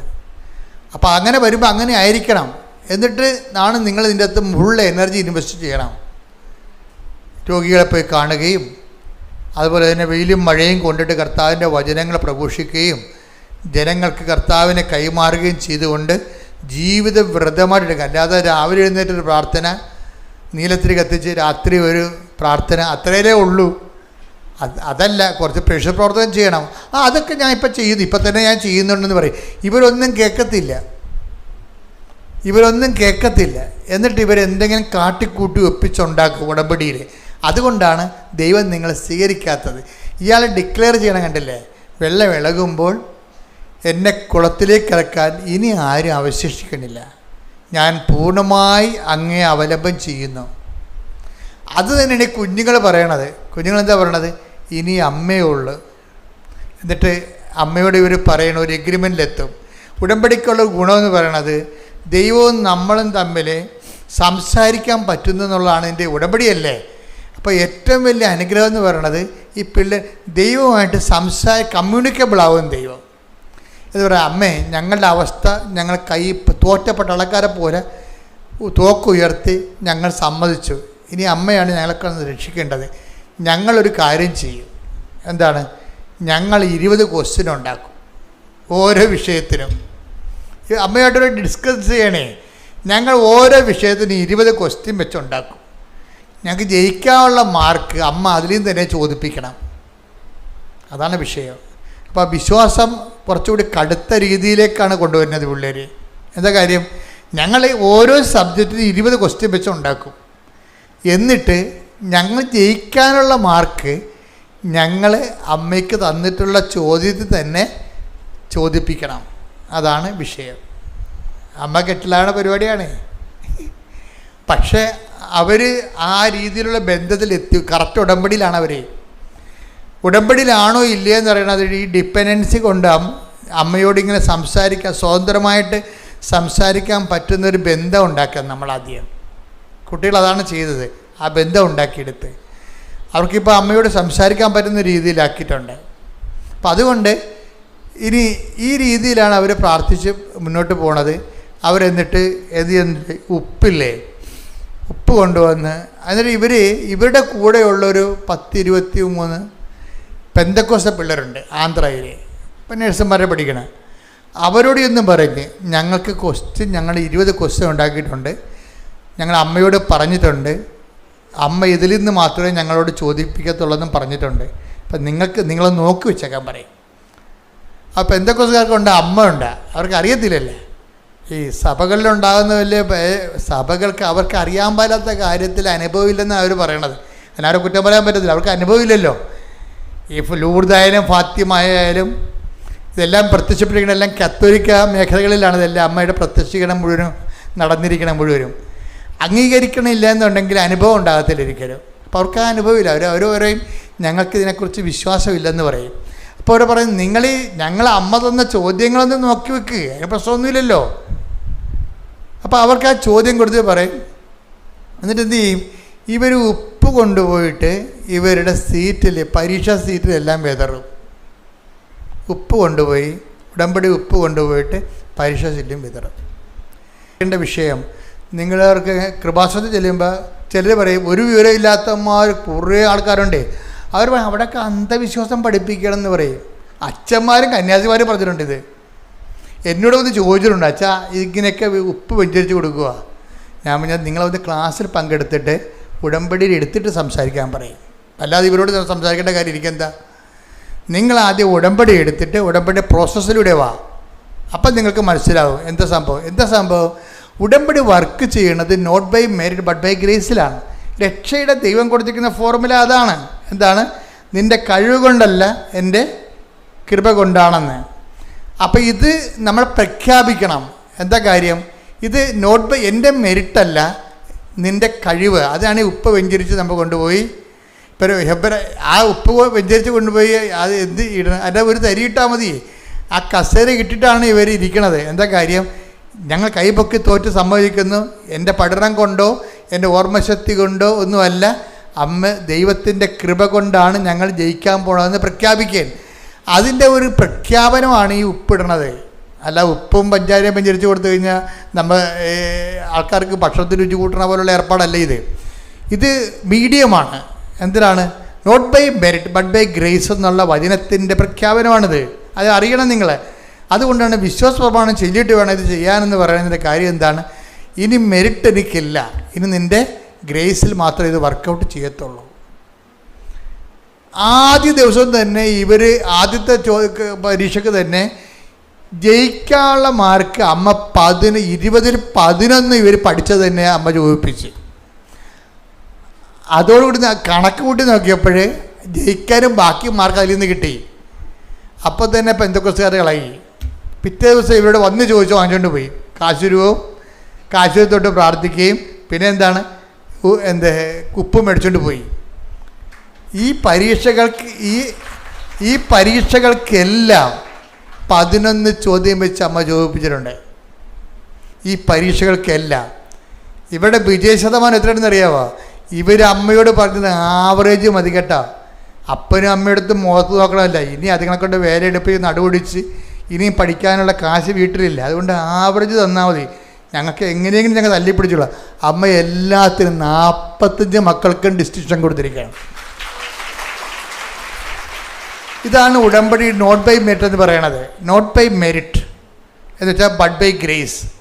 ഇതിൻ്റെ അകത്ത് വരുന്ന വർക്കിംഗ് എന്ന് പറയണത് ഇവർ ഓരോരോ സമയത്തും ഈ നോട്ട് ബൈ മെറിറ്റ് പ്രഖ്യാപിക്കണം. നമ്മുടെ ജീവിതത്തിൽ വരുന്ന ഓരോ സാഹചര്യം മെറിറ്റ് ലൂസ് ചെയ്തത് പ്രഖ്യാപിക്കാനുള്ളതാണ്. ഇടയ്ക്കൊക്കെ എന്തെങ്കിലുമൊക്കെ സംഭവിക്കുവേ. ബാങ്ക് മാനേജർ ലോൺ തരാമെന്ന് പറഞ്ഞ ആൾ പറയും, അയ്യോ പിറ്റേ ദിവസം ചിലവ് പറയും, സാറേ ബാങ്ക് ലോൺ അനുവദിച്ച് സാറ് തരാമെന്ന് പറഞ്ഞായിരുന്നു. ഏത് സാറ്? ഇന്ന സാറ്. അശോകനാ. അശോകൻ സ്ഥലം മാറിപ്പോയി എന്ന് പറയും. അയ്യോ എന്ന് പറയും. അതെന്താണ്? മെറിറ്റ് പോയതാണ് സംഭവം. നോട്ട് ബൈ മെറിറ്റിലാണ് ഇത് വർക്ക് ചെയ്യാൻ പോകണമെന്നാണ്. നീ അശോകനും തമ്മിലുള്ള ധാരണപ്പുറത്തല്ല നടക്കാൻ പോണത്, എൻ്റെ നേരിട്ടുള്ള ഇടപെടലാണ് നടക്കാൻ പോണെന്നതിൻ്റെ അർത്ഥം. അതാണ് എൻ്റെ അത് വരുന്ന വിഷയം. എന്ന് വെച്ചാൽ ഇങ്ങനെ ഉടമ്പടി കാലത്ത് അടിക്കടി ചില സമയത്ത് ചില ട്രബിൾ സംഭവിക്കും. അതിൻ്റെ ഉദ്ദേശം എന്ന് പറയുന്നത് നിൻ്റെ മെറിറ്റ് ഡാമേജ് ആക്കി കളയുകയാണ്. എന്താണ്? നോട്ട് ബൈ മെറിറ്റിൽ അത് വർക്ക് ചെയ്യാൻ പോണത് നിൻ്റെ യോഗ്യത കൊണ്ടല്ല, ദൈവത്തിൻ്റെ കൃപ കൊണ്ടാണ്. ഇനി സത്യസന്ധമായിട്ട് കമ്മ്യൂണിക്കേഷൻ ഫ്രണ്ട്ലി ആയിക്കഴിഞ്ഞാൽ, ഉടമ്പടിയിലൊരു കമ്മ്യൂണിക്കേഷൻ ഫ്രണ്ട്ലി എന്ന് പറഞ്ഞൊരു ലെവലുണ്ട്. എന്ന് വെച്ചാൽ നിങ്ങൾ സത്യസന്ധരാണ്, വിശ്വസ്തരാണെന്ന് ദൈവത്തിന് മനസ്സിലാകുന്നിടത്ത് വെച്ച് ഉടമ്പടി കമ്മ്യൂണിക്കേഷൻ ഫ്രണ്ട്ലി ആവും. നമുക്ക് ദൈവത്തോട് നേരിട്ട് സംസാരിക്കാം. നമുക്ക് അതായത് പക്ഷേ നമ്മൾ സത്യസന്ധരായിരിക്കണം, ഉടായ്പ കാണിക്കരുത്. ആ ഉടമ്പടിയുടെ 90 ദിവസം വരെ കാര്യം കാണാൻ വേണ്ടി കഴുതക്കാലം പിടിക്കണ പോലെ കഴുതക്ക് പോലെ അമ്മയുടെ കാലക്കയറി പിടിച്ചുകൊണ്ട് നടക്കുന്ന പാർട്ടിയാണ് പകുതി മുക്കാലും ഉള്ളത്. അതുകൊണ്ടാണ് ഈ പണി കിട്ടുന്നത്. അങ്ങനെയല്ല, നിങ്ങൾ സത്യസന്ധമായിട്ട് ദൈവത്തെ അന്വേഷിക്കുന്നതിൻ്റെ ഭാഗമായിട്ട് ജീവിതം set covenant, life set the covenant. ഇത് ഞാൻ കവനൻ്റൽ ലൈഫാണ് ഫോളോ ചെയ്യണത്. ആ ദൈവത്തിൻ്റെ ആനുകൂല്യം എന്ന് പറഞ്ഞതിനേക്കാളുപരി ദൈവം തന്നെയാണ് ഇതിൻ്റെ ആനുകൂല്യമെന്ന് ഞാൻ പ്രഖ്യാപിക്കണമെന്ന് പറഞ്ഞുകൊണ്ട് നമ്മൾ തോറ്റാലും ജയിച്ചാലും ഒരേ നിലവാരത്തിൽ ദൈവത്തിൻ്റെ കൂടെ വിശ്വസ്തയോടെ മുന്നേറും. ഈ മുന്നേറ്റം അങ്ങോട്ട് മുന്നോട്ട് പോകുമ്പോൾ കുറച്ച് കഴിയുമ്പോൾ ദൈവത്തിന് നമ്മളെ വിശ്വാസമാകും. അപ്പോഴാണ് കമ്മ്യൂണിക്കേഷൻ ഫ്രണ്ട്ലി ആകണത്. കമ്മ്യൂണിക്കേഷൻ നമ്മൾ പറയണതെല്ലാം ദൈവം കേൾക്കും, ദൈവം പറയണത് നമ്മൾ കേൾക്കും. ഇങ്ങനെ അങ്ങ് പോകുന്ന ലൈഫുണ്ട്. ഇപ്പോൾ ഈ ദിവസങ്ങളിൽ വേറൊരു സാക്ഷ്യം ഉണ്ടായി. പുണ്യ എന്നും പറഞ്ഞ കുഞ്ഞ്, നിങ്ങൾ സാക്ഷ്യം കേട്ട് കാണാം, ഇട്ടിട്ടുണ്ട്, അപ്പിയരുണ്ട്. അത് ഇവർ IAM മെറിറ്റിൽ കയറിയ ആളാണ്. നിങ്ങൾക്കറിയാലോ IAM എന്ന് പറയുന്നത് ഇന്ത്യൻ ഇൻസ്റ്റിറ്റ്യൂട്ട് ഓഫ് മാനേജ്മെൻറ്റ്, ഭയങ്കര IAS പോലെ റാങ്കിലുള്ളതാണ്. കുറേ അതുപോലെ അഡ്മിനിസ്ട്രേറ്റീവ് സർവീസ് ഉണ്ട്. ഇതുപോലെ ഈ ഫോറസ്റ്റിന് IFSR എന്നൊക്കെ പറയത്തല്ലേ. അപ്പം അതുപോലെ തന്നെയുള്ള സർവീസാണ് IAM. ഈ മാനേജ് ഇക്കണോമിക്, ഫൈനാൻസ്, ടാക്സേഷൻ ഇങ്ങനെയുള്ള മേഖലയിലാണ് ഇത്. മാനേജ്മെൻറ്റ് കോഴ്സാണിത്. ഇതിന് നമുക്ക് അഡ്മിഷൻ കിട്ടിയാൽ തന്നെ അപ്പം തന്നെ ജോലി ഉറപ്പാകും. അപ്പം IAM കയറി പറയുന്നത് ഭയങ്കര പാടാണ്. കാര്യം MG യൂണിവേഴ്സിറ്റിയിൽ നിന്ന് ഫസ്റ്റ് റാങ്കാണ്. ഫൈനാൻസ് ആൻഡ് ടാക്സേഷൻ കൊമേഴ്സിൽ ഫസ്റ്റ് റാങ്ക് കിട്ടിയ സ്റ്റുഡൻ്റാണ് പുണ്യ. പക്ഷേ പുണ്യ ഫസ്റ്റ് റാങ്ക് കിട്ടിയെങ്കിലും പുണ്യയെ സംബന്ധിച്ചുള്ള ഒരു പ്രശ്നമുള്ളത് വെച്ച് കഴിഞ്ഞാൽ IAM പോകാനുള്ള കൊതിയുണ്ട്. പക്ഷേ അവിടെ നിന്ന് വെച്ചാൽ കോമ്പറ്റീഷനാണ്. കാര്യം ഈ ഓൾ ഇന്ത്യ എക്സാമാണത്. ചിലപ്പോൾ 8 ലക്ഷം പേര് എഴുതും, ചിലപ്പോൾ 5 ലക്ഷം പേര് എഴുതും. മെറിറ്റ് സീറ്റ് പോലും 2500 ഉള്ളൂ. ഈ 3 ലക്ഷം പേര് എഴുതിയാലും 8 ലക്ഷം പേര് എഴുതിയാലും മെറിറ്റ് സീറ്റ് എന്ന് പറയണത്, യോഗ്യതയിൽ കയറണത് സീറ്റ് 2500 ഉള്ളൂ. അപ്പോൾ ഇന്ത്യ മുഴുവനുമുള്ള ആൾക്കാർ 8 ലക്ഷം ആൾക്കാർ 5 ലക്ഷം ആൾക്കാരായിട്ട് കോമ്പറ്റ് ചെയ്യാനാണ്. അതിൽ 2500 കയറി വരണം, പാടാണ്. അത്തരം ഇടിപെട്ട് ടെസ്റ്റുകളാണ് ഉള്ളത്. പക്ഷേ ഇവളതുകൊണ്ട് പുണ്യ പറയും, ഉടമ്പടി എടുത്തിട്ട് പറയും, അമ്മ ഞാൻ അടുത്ത കൊല്ലം എഴുതാം, എനിക്ക് ഇപ്പോൾ തന്നെ ആംബിയർ ഇല്ലെന്ന് പറയും. അതാണ് ഫസ്റ്റ് പോയിൻ്റ്. എന്താണ്? അടുത്ത കൊല്ലം കാറ്റ് എക്സാമിനാണ് പോകേണ്ടത്. അതായത് അത് അടുത്ത കൊല്ലം എഴുതാം, എനിക്ക് ഒരു കൊല്ലം ഞാൻ പഠിച്ചിട്ട് അടുത്ത കൊല്ലം എഴുതാം. ഇപ്പോഴത്തെ അടുത്ത കൊല്ലം തന്നെ ഒക്കുമെന്ന് അറിയത്തില്ല, കാര്യം ഹൈ കോമ്പറ്റീഷൻ അല്ലേ ഈ സംഭവം. പക്ഷെ ഉടമ്പടി എടുത്തു കഴിഞ്ഞ് കുറച്ച് കഴിഞ്ഞപ്പോൾ തോന്നി ഈ ഒരു കൊല്ലം വെറുതെ കളയണ എന്താ, എഴുതി നോക്കാമെന്ന് പറയും. ഒരു കൊല്ലം വെറുതെ കളയണ എന്താ, എഴുതി നോക്കാമെന്ന് പറയും. അങ്ങനെ IAM പരീക്ഷയ്ക്ക് പോകും. IAM പരീക്ഷയ്ക്ക് പോയി കഴിഞ്ഞിട്ട് അപ്പോൾ 2 ആഴ്ച സംബന്ധിച്ചിടത്തോളം 2 ആഴ്ച ഈ ഇംഗ്ലീഷ് ഇവർക്ക് ഭയങ്കര ഫ്ലുവൻ്റാണ്. പക്ഷെ മാത്സിൻ്റെ അകത്ത് വരുമ്പോൾ വെള്ളം കുടിക്കും. അപ്പം അതുകൊണ്ട് മാത്സ് എന്തുമാത്രം അവസാനം അത് തലക്കയറാത്തൊരവസ്ഥ വന്നു. അപ്പോൾ ഇവൾ അമ്മയോട് കമ്മ്യൂണിക്കേറ്റ് ചെയ്യും. അമ്മയോട് പറയും, അമ്മ എൻ്റെ IAM ഓണർ ചെയ്യുന്നുണ്ടോ എന്ന് ചോദിക്കും. അതായത് കമ്മ്യൂണിക്കേഷൻ ഫ്രണ്ട്ലി എന്ന് പറയണത്. അമ്മ IAM ഓണർ ചെയ്യുന്നുണ്ടെങ്കിൽ എനിക്കതിന് എന്നെ ബോധ്യപ്പെടുത്തുമെന്ന് പറയും. അമ്മ അവിടെ ഉണ്ടെന്നുള്ളതിനെ എന്നെ ബോധ്യപ്പെടുത്തുമെന്ന് പറയും. അപ്പോൾ കമ്മ്യൂണിക്കേഷൻ പോകണം. അമ്മ അവിടെ ഉണ്ട്, പരീക്ഷാ ഹാളിൽ ഉണ്ടെന്ന് എന്നെ ബോധ്യപ്പെടുത്തണമെന്ന് പറയും. അതിന് ഇവൾ 3 കണ്ടീഷൻസ് അമ്മയോട് വെക്കും. എന്താ വെക്കണം? ഒന്നാമത്തെ കണ്ടീഷൻസ്, എൻ്റെ ഇൻവിജിലേറ്റർ അമ്മയുടെ കളറിൽ ബ്ലൂവിൽ വരണം. പിന്നെ എൻ്റെ ബയോമെട്രിക്സിൽ എൻ്റെ ഇൻവിജിലേറ്റർ അയാൾ ഗ്രീനിൽ വരണം. എനിക്ക് അവിടെ തന്നെ കമ്പ്യൂട്ടറിൽ 7 എന്ന് പറഞ്ഞ നമ്പർ ഉണ്ടാകണം. എങ്കിൽ ഈ പരീക്ഷ അമ്മ എഴുതുമെന്ന് ഞാൻ മനസ്സിലാക്കുമെന്ന് പറയും. ഇതാണ് ഇവർ തമ്മിലുള്ള കമ്മ്യൂണിക്കേഷൻ എന്ന് പറഞ്ഞ ഇതാണ്. നിങ്ങൾ നോക്കിയാൽ ഉടമ്പടി എന്ത് റേഞ്ചാണെന്ന് നോക്കിയേ. ഇങ്ങനെ വളരുകയാണ് മനുഷ്യരെ. ഉടമ്പടി ഒപ്പം ദൈവമായിട്ട് വിളിപ്പുറത്ത് നിന്ന് അങ്ങോട്ടും ഇങ്ങോട്ടും സംസാരിച്ച് ടേംസ് ആൻഡ് കണ്ടീഷൻസ് ഫിക്സ് ചെയ്തിട്ട് ഇവരുടെ ടേംസിലേക്ക് അമ്മ വരണ ഭയങ്കര രസമാണ്. ഇവർ ചെല്ലുമ്പോൾ എക്സാം ഹോളിലോട്ട് ചിലപ്പോൾ തന്നെ ഇൻവിജിലേറ്റർ ഈ പറഞ്ഞിരിക്കുന്ന ബ്ലൂ കളറിലേക്ക് വരും. അതിൻ്റെ ആ എക്സാം കഴിഞ്ഞതിന് ശേഷം ബയോമെട്രിക്സ് ചെല്ലുമ്പോൾ അയാൾ ഗ്രീനിൽ ഇങ്ങോട്ട് വരും, ഗ്രീൻ ഷർട്ടൊക്കെ ഇട്ട് വരും. ഇനി കമ്പ്യൂട്ടർ ചെല്ലുമ്പോൾ കമ്പ്യൂട്ടർ എന്താ അവൾ 7 എന്നാണ് പറയണത്. 7 എന്ന് അവൾ പറഞ്ഞാൽ ഞാൻ 7 എന്ന് അമ്മയോട് പറയാൻ കാര്യം 7 അല്ലേ അമ്മയുടെ ഡേറ്റ്, അമ്മ പ്രത്യക്ഷപ്പെട്ടത് 7 അല്ലേ, അതാണ് വിഷയം. അതുകൊണ്ടാണ് എൻ്റെ കമ്പ്യൂട്ടറിൽ 7 നമ്പർ ഉണ്ടാവണം. അപ്പോൾ നോക്കി കമ്പ്യൂട്ടർ കൊടുത്തപ്പോൾ 1771 ഇത്രയും ക്ലിയറാണ്. പിന്നെ ഇവൾ പെട്ടെന്ന് എഴുതി, ആ എല്ലാ കാര്യം പ്രോസസ്സെല്ലാം കഴിഞ്ഞ് ആ സ്വന്തം മെറിറ്റിൽ കയറിയിരിക്കുക പെട്ടെന്ന് ആൾ. ആദ്യമായിട്ടാണ് ഒരു IAM-നെ ഈ ഉടമ്പടിയിലൂടെ മെറിറ്റിൽ വരുന്ന സാക്ഷ്യമുള്ളത്. അത് വെച്ച് കഴിഞ്ഞാൽ ഞാൻ ഓർക്കണത് എന്ന് വെച്ച് കഴിഞ്ഞാൽ ഓരോ വിഷയത്തിനും കുട്ടികൾ എന്ത് ശ്രദ്ധാപൂർവമാണ് അമ്മയോട് കമ്മ്യൂണിക്കേറ്റ് ചെയ്യണത്. ഒന്നാമത്തതിൻ്റെ ഒരു കാര്യം വെച്ച് കഴിഞ്ഞാൽ ഇവർ ഈ വിഷയത്തിൽ ദൈവഭയത്തോടുകൂടിയാണ് പെരുമാറണത്. ഒക്കണേ ഒക്കട്ടെ എന്ന് പറയത്തില്ലേ, അങ്ങനെയല്ല, ഇത് ഒത്തേ മതിയാവത്തുള്ളൂ. അതുകൊണ്ട് ദൈവം ഈ വിഷയത്തിൽ ഇടപെടുമെന്ന് പരിശുദ്ധാത്മാവ് ഇവർക്ക് നൽകുന്ന ഒരു സൂചന. അതായത് ഈ യോഹന്നാൻ 16:14 എടുത്തേ. അവൻ സ്വമേധയാ ആയിരിക്കില്ല സംസാരിക്കുന്നത്. അവൻ സ്വമേധയാ ആയിരിക്കില്ല സംസാരിക്കുന്നത്. അവൻ കേൾക്കുന്നത് മാത്രം സംസാരിക്കും. വരാനിരിക്കുന്ന കാര്യങ്ങൾ അവൻ നിങ്ങളെ അറിയിക്കും. ഒന്ന് പറഞ്ഞേ 16:14. ഒന്ന് വരാനിരിക്കുന്ന കാര്യങ്ങൾ അവൻ നിങ്ങളെ അറിയിക്കും. അപ്പൊ ഇത് ഈ പ്രൊവിഷൻ കിടക്കണതാണിത്. ഇതിന് സാധ്യതയുണ്ട്. സംഭവിക്കാൻ പോകുന്ന കാര്യങ്ങളെ നേരത്തെ ദൈവം അറിയിക്കാനുള്ള സാധ്യതയുണ്ട്. അതനുസരിച്ചുകൊണ്ടാണ് ഇവർ ക്വസ്റ്റ്യൻ ഉണ്ടാക്കുന്നത്. ഇത് പരിശുദ്ധാത്മാവിൻ്റെ പ്രവർത്തനമാണ്. ഉടമ്പടിയിൽ കമ്മ്യൂണിക്കേഷൻ സാധിക്കുന്നത് വിശുദ്ധിയോടെ ജീവിക്കുമ്പോൾ, പ്രേക്ഷിതരായി ജീവിക്കുമ്പോൾ, സുവിശേഷം കൈമാറാൻ വേണ്ടി ജീവിക്കുമ്പോൾ, കർത്താവിൻ്റെ വചനം പാലിക്കാൻ വേണ്ടി ജീവിക്കുമ്പോൾ പരിശുദ്ധാത്മാവാണ് ആ ലെവലിൽ നമ്മളെ സഹായിക്കുന്നത്. ഇത് പരിശുദ്ധാത്മാവാണ് വരാൻ പോകുന്ന കാര്യങ്ങൾ പറയണത്. എന്താണ്? നീ ഇങ്ങനെ ചോദിക്കണം അമ്മയോട്. എങ്ങനെ ചോദിക്കണം? ഇൻവിജിലേറ്റർ ബ്ലൂവിൽ വരണം. നീ ഇങ്ങനെ ചോദിക്കണം അമ്മയോട്. എന്താണ്? നിൻ്റെ ബയോമെട്രിക്സ് ഗ്രീനിൽ വരണം. നീ ഇങ്ങനെ ചോദിക്കണം അമ്മയോട്. 7 ചേർത്ത കമ്പ്യൂട്ടർ തരണം. പരിശുദ്ധാത്മാവാണ് ഇവിടെ ഉള്ളിൽ തോന്നിക്കണത്.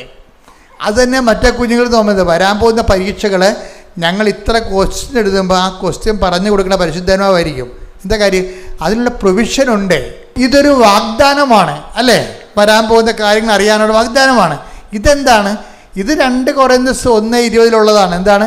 സകല വാഗ്ദാനങ്ങളും ക്രിസ്തുവിൽ അതേം തന്നെയാണ്. അപ്പോൾ ക്രിസ്തുവുമായിട്ട് ഐക്യപ്പെട്ട് കഴിയുമ്പോൾ, മാതാവിൻ്റെ മധ്യസ്ഥ ക്രിസ്തുവോട് ഐക്യപ്പെട്ട് കഴിയുമ്പോൾ സംഭവിക്കാൻ പോകുന്ന കാര്യങ്ങളെക്കുറിച്ച് നമുക്കൊരു ഐഡിയ തരും. അമ്മ കമ്പ്യൂട്ടറിന് നമ്പർ വരെ കൊടുത്തിരിക്കേണ്ടത്. ഇതെന്ന് പറയുന്നത് കമ്മ്യൂണിക്കേഷൻ ഫ്രണ്ട്ലി ആയിട്ട് വരണതാണ്. ഇത് ഉടമ്പടിയുടെ റേഞ്ചാണ്. ശരിക്കും ഒരു പുതിയ മാനങ്ങളിലേക്കും ദൈവത്തിനെക്കുറിച്ചുള്ള ആ ഒരു ജ്ഞാനവരങ്ങളിലേക്കും അനുഭവജ്ഞാനത്തിലേക്കും പുതിയ ആത്മീയ അനുഭവത്തിൻ്റെ പുതിയ തലമുറകളിലേക്ക് ഉടമ്പടി തലമുറ പ്രവേശിക്കുകയാണ്. കൈയടിച്ച് ശ്രുതിക്കട്ടെ. ഹല്ലേലൂയ, ഹല്ലേലൂയ, ഹല്ലേലൂയ, ഹല്ലേലൂയ, ഹല്ലേലൂയ. മഹത്വം, മഹത്വം, ആരാധന, ആരാധന. ദൈവപിതാവേ നന്ദി, ദൈവപിതാവേ മഹത്വം, ദൈവപിതാവേ ആരാധന. ഹല്ലേലൂയ, ആരാധന, ആരാധന,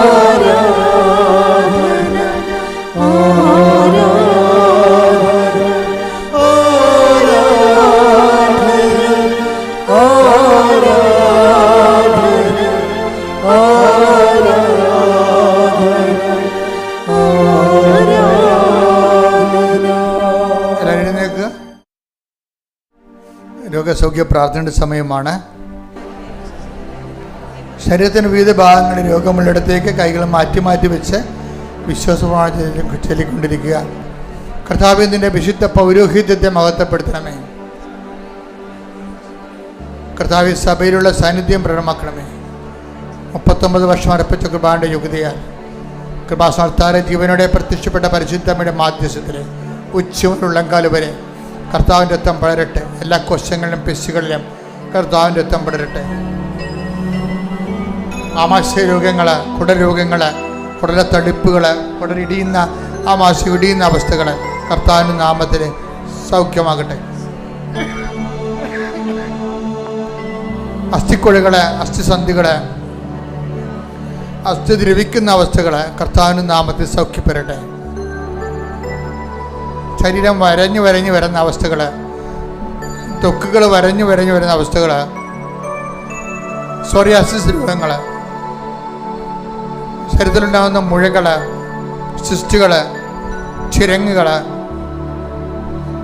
തൊലിയുടെ നിറവ്യത്യാസങ്ങൾ കർത്താവിൻ്റെ വിശുദ്ധമായ രക്തത്തെ കഴുകപ്പെടട്ടെ. തൊണ്ടയുടെ മുഴകൾ ഈശോയുടെ നാമത്തെ അപ്രത്യക്ഷമാകട്ടെ. സ്പോണ്ടിലോസിസ് രോഗികൾ കർത്താവിന് തിരുമുറുപാടുന്ന വലതുകരം പിൻകഴുത്തിൽ വെക്കട്ടെ. കർത്താവിന് തിരുമുറുപാടുന്ന വലതുകരം പിൻകഴുത്തിൽ വെക്കട്ടെ. സ്പൈനൽ രോഗങ്ങൾ കർത്താവിന് ഉന്നതമായ നാമസൗഖ്യം പ്രാപിക്കട്ടെ. ശരീരമാസകരം നീരിൻ്റെ മൂലകാരണങ്ങൾ യേശുവിൻ്റെ നാമം സൗഖ്യപ്പെടട്ടെ.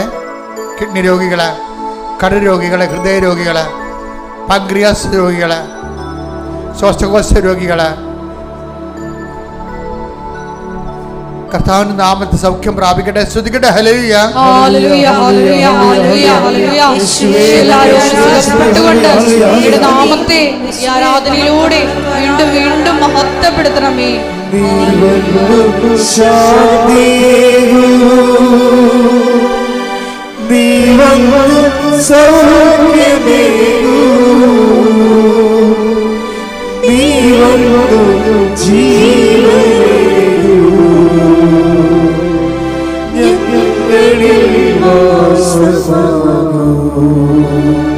പരിശുദ്ധ പരമ ദിവ്യകാരുണ്യത്തിന് ആരാധനയും സ്തുതിയും പുകഴ്ചയും ഉണ്ടായിരിക്കട്ടെ. മക്കളെ, നമ്മൾ ഇനി പ്രാർത്ഥിക്കാൻ പോകുന്ന വിഷയങ്ങൾ ശ്രദ്ധിക്കുക.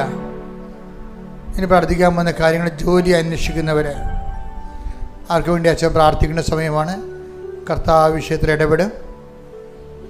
ജോലി നഷ്ടപ്പെട്ടവരെ, നഷ്ടപ്പെട്ട ജോലിയിൽ തന്നെ പ്രവേശിക്കാൻ വേണ്ടി ആഗ്രഹിക്കുന്നവരുണ്ട്. പരിശുദ്ധ അമ്മയുടെ പ്രത്യേക സഹായം അവർക്ക് ലഭിക്കാൻ വേണ്ടി പ്രാർത്ഥിക്കുന്ന സമയമാണിത്.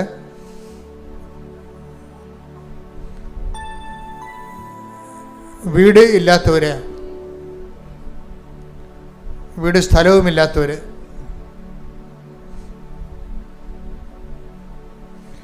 ഭവന നിർമ്മാണത്തിന് അടുത്ത മാസം കെട്ടിയിട്ടിരിക്കുന്നവര്, മുകളിലോട്ട് പണിയാൻ വേണ്ടി തടസ്സങ്ങളുള്ളവർ, സാമ്പത്തിക തടസ്സം, നിയമപരമായ തടസ്സം, പലതര തടസ്സം അനുഭവിക്കുന്നവർ, വിവാഹ തടസ്സമുള്ളവർ, മക്കളില്ലാത്തവർ,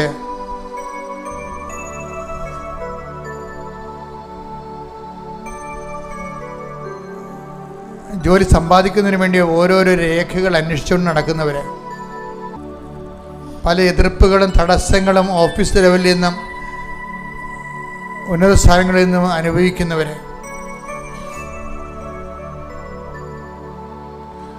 പിരിഞ്ഞുപോയ മാതാപിതാക്കന്മാർ, ഭാര്യാഭർത്താക്കന്മാർ, അവർ വീണ്ടും ഒരുമിച്ച് കൂടാൻ ആഗ്രഹിക്കുന്നവർ, കേസിലകപ്പെട്ടിരിക്കുന്നവർ, അത് വിടുതലിന് വേണ്ടി പ്രാർത്ഥിക്കുന്നവർ, ഭാഗോടമ്പടികൾ, കോടതി കേസുകൾ, സ്ഥലസംബന്ധമായ കേസുകൾ, അതിലെല്ലാം വല്ലാത്ത വൈഷമ്യങ്ങൾ അനുഭവിക്കുന്നവർ, ജീവിതം ഇങ്ങനെ നിന്ന് നിലച്ചു പോയവർ, ഇനി ഒരടി മുന്നോട്ട് പോകാൻ പറ്റാത്ത രീതിയിൽ ജീവിതം നിലച്ചു പോയവർ, മനസ്സുകൊണ്ട് നിലച്ചു പോയവർ,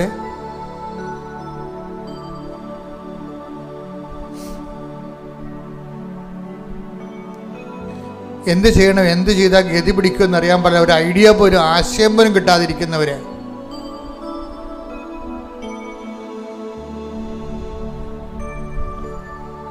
ദൂരയാത്രയ്ക്ക് വേണ്ടി ഒരുങ്ങുന്നവര്, അതിനുവേണ്ടി ശ്രമിച്ചിട്ട് പരാജയപ്പെടുന്നവര്, സമ്പത്ത് അന്യായമായിട്ട് അന്യൻ്റെ കയ്യിൽ അകപ്പെട്ടിട്ട് തിരിച്ചു കിട്ടാത്തവര്, ചില വസ്തുക്കൾ നിലമായി കിടക്കുന്നത് പുരയിടമാക്കാൻ വേണ്ടി ശ്രമിച്ചിട്ട് നടക്കാതിരിക്കുന്നവര്, പല വ്യക്തികൾ എല്ലാം വട്ടം ചവിട്ടി ഒന്നും നടക്കാത്ത രീതിയിലാക്കിയിരിക്കുന്നവര്, കുടുംബത്തിൽ പരസ്പര സ്നേഹമില്ലാതെ പരസ്പരം പഴിചാരിക്കൊണ്ട് ഒന്നും ചെയ്യാൻ അനുവദിക്കാത്ത രീതിയിൽ ദുർവിധിയാണെന്ന രീതിയിൽ മനസ്സിടിഞ്ഞു പോയവർ, ഇവരുടെ മേലെല്ലാം കർത്താവിൻ്റെ ശക്തി അതിശക്തമായ രീതിയിൽ ദൈവത്തിൻ്റെ കൃപയ്ക്ക് വേണ്ടി ഇവരെ പരമേൽപ്പിച്ചുകൊണ്ട് ഇടിമുഴക്കം പോലെ സ്തുതിക്കട്ടെ. ഹല്ലേലൂയ, ഹല്ലേലൂയ, ഹല്ലേലൂയ, ഹല്ലേലൂയ. ജീവിത ദുരിതങ്ങളെ ഏറ്റെടുത്തുകൊണ്ട് കർത്താവിന്റെ ഉന്നതമായ നാമത്തെ സഭയുടെ അധികാരത്തിൽ 39 വർഷം അർപ്പിച്ച കൃപയുടെ യോഗ്യതയാൽ കൃപാസനം അൾത്താരെ ജീവനോടെ പ്രത്യക്ഷപ്പെട്ട പരിശുദ്ധമ്മയുടെ മധ്യസ്ഥ അൾത്താരെ നടന്ന 10,000കണക്കിന് ആരാധന ശക്തിയാൽ യേശുവിൻ്റെ ഉന്നതമായ നാമത്തിലെ നിന്റെ മുഴുവൻ തടസ്സങ്ങൾ, സ്കൂളിന് അഡ്മിഷൻ കിട്ടാനുള്ള തടസ്സങ്ങൾ, പരീക്ഷയ്ക്ക് ഉന്നതമായ വിജയം കൈവരിക്കാനുള്ള തടസ്സങ്ങൾ, അതുപോലെ തന്നെ റീവാലുവേഷൻ കൊടുത്തിട്ടുള്ളവർ, അഡ്മിഷന് വേണ്ടി ഉന്നത വിദ്യാഭ്യാസത്തിന് വേണ്ടി പരിശ്രമിക്കുന്നവർ, അതുപോലെ സ്കൂളിൻ്റെ തന്നെ പെർമിഷൻ കിട്ടാൻ വേണ്ടി പ്രയാസമുള്ളവർ, ക്ലാസ് റൂമിൻ്റെ പെർമിഷൻ കിട്ടാൻ വേണ്ടി പ്രയാസമുള്ളവർ, പല തരത്തിലുള്ള ഹൗസിന് നമ്പർ കിട്ടാത്തവർ, ഇങ്ങനെ എല്ലാ തടസ്സങ്ങളും യേശുവിൻ്റെ നാമത്തിൽ പരിശുദ്ധമ്മയുടെ മധ്യസ്ഥത്തിലെ മാർഗ തടസ്സങ്ങൾ യേശുവിന്റെ നാമത്തിൽ മാറിപ്പോകട്ടെ. ദുരിതങ്ങളും തടസ്സങ്ങളും നീങ്ങിപ്പോയിക്കൊണ്ട് നാമത്തെ ആരാധനയിലൂടെ വീണ്ടും വീണ്ടും മഹത്വപ്പെടുത്തണമേ. യേശുവേ നന്ദി, യേശുവേ ആരാധന. ഹല്ലേലൂയ.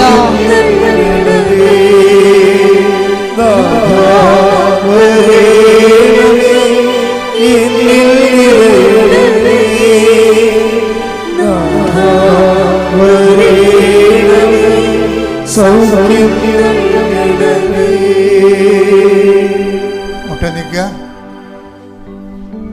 മൗനമായി പ്രാർത്ഥിക്കേണ്ട സമയമാണിത്. വ്യക്തിപരമായ ആവശ്യങ്ങൾക്ക് വേണ്ടി മൗനമായി പ്രാർത്ഥിക്കുന്ന സമയമാണിത്. ഓൺലൈനിലുള്ളവരും ഇപ്പോൾ പ്രാർത്ഥിക്കുക.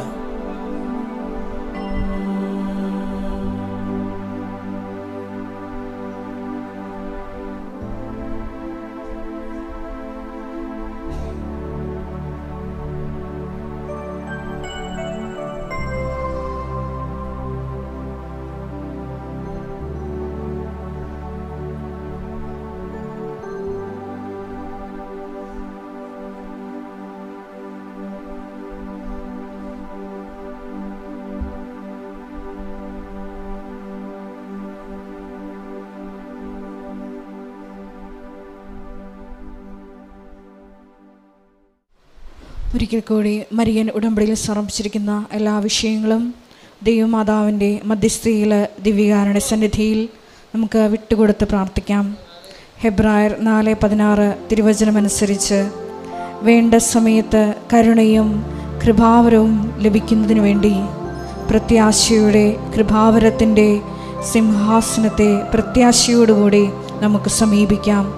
ദൈവമാതാവിൻ്റെ പ്രത്യേകമായിട്ടുള്ള മധ്യസ്ഥം ഈ സമയം നമുക്ക് യാചിക്കാം. തക്ക സമയത്ത് ദൈവമാതാവ് പുത്രനോട് പറഞ്ഞ് നമ്മുടെ വിഷയങ്ങളിൽ സമയബന്ധിതമായി ഇടപെട്ടുകൊണ്ട് എത്രയും വേഗം പ്രത്യക്ഷീകരണത്തിൻ്റെ സാക്ഷ്യമായി ഈ അൾത്താരയിൽ നിൽക്കാനുള്ള കൃപയ്ക്ക് വേണ്ടി പ്രാർത്ഥിച്ചുകൊണ്ട് ശിരസ്സ് നമിച്ച് നമുക്ക് ദിവ്യകാരുണ്യനാഥൻ്റെ ആശീർവാദം സ്വീകരിക്കാം.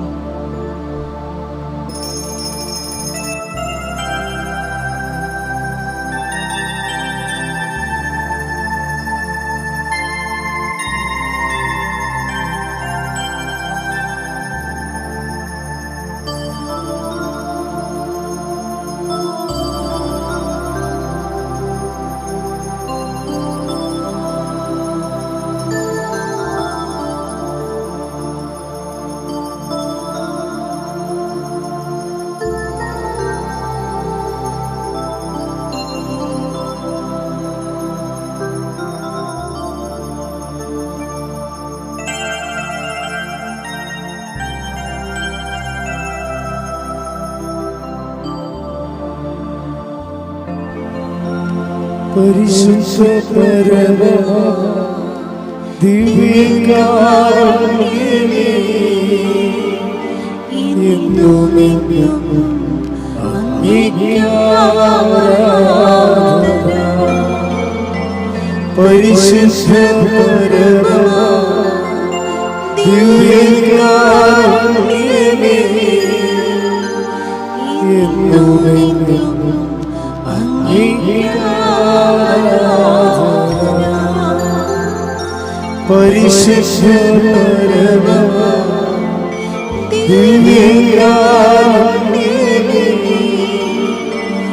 എന്നും അങ്ങേക്ക് ആരാധന.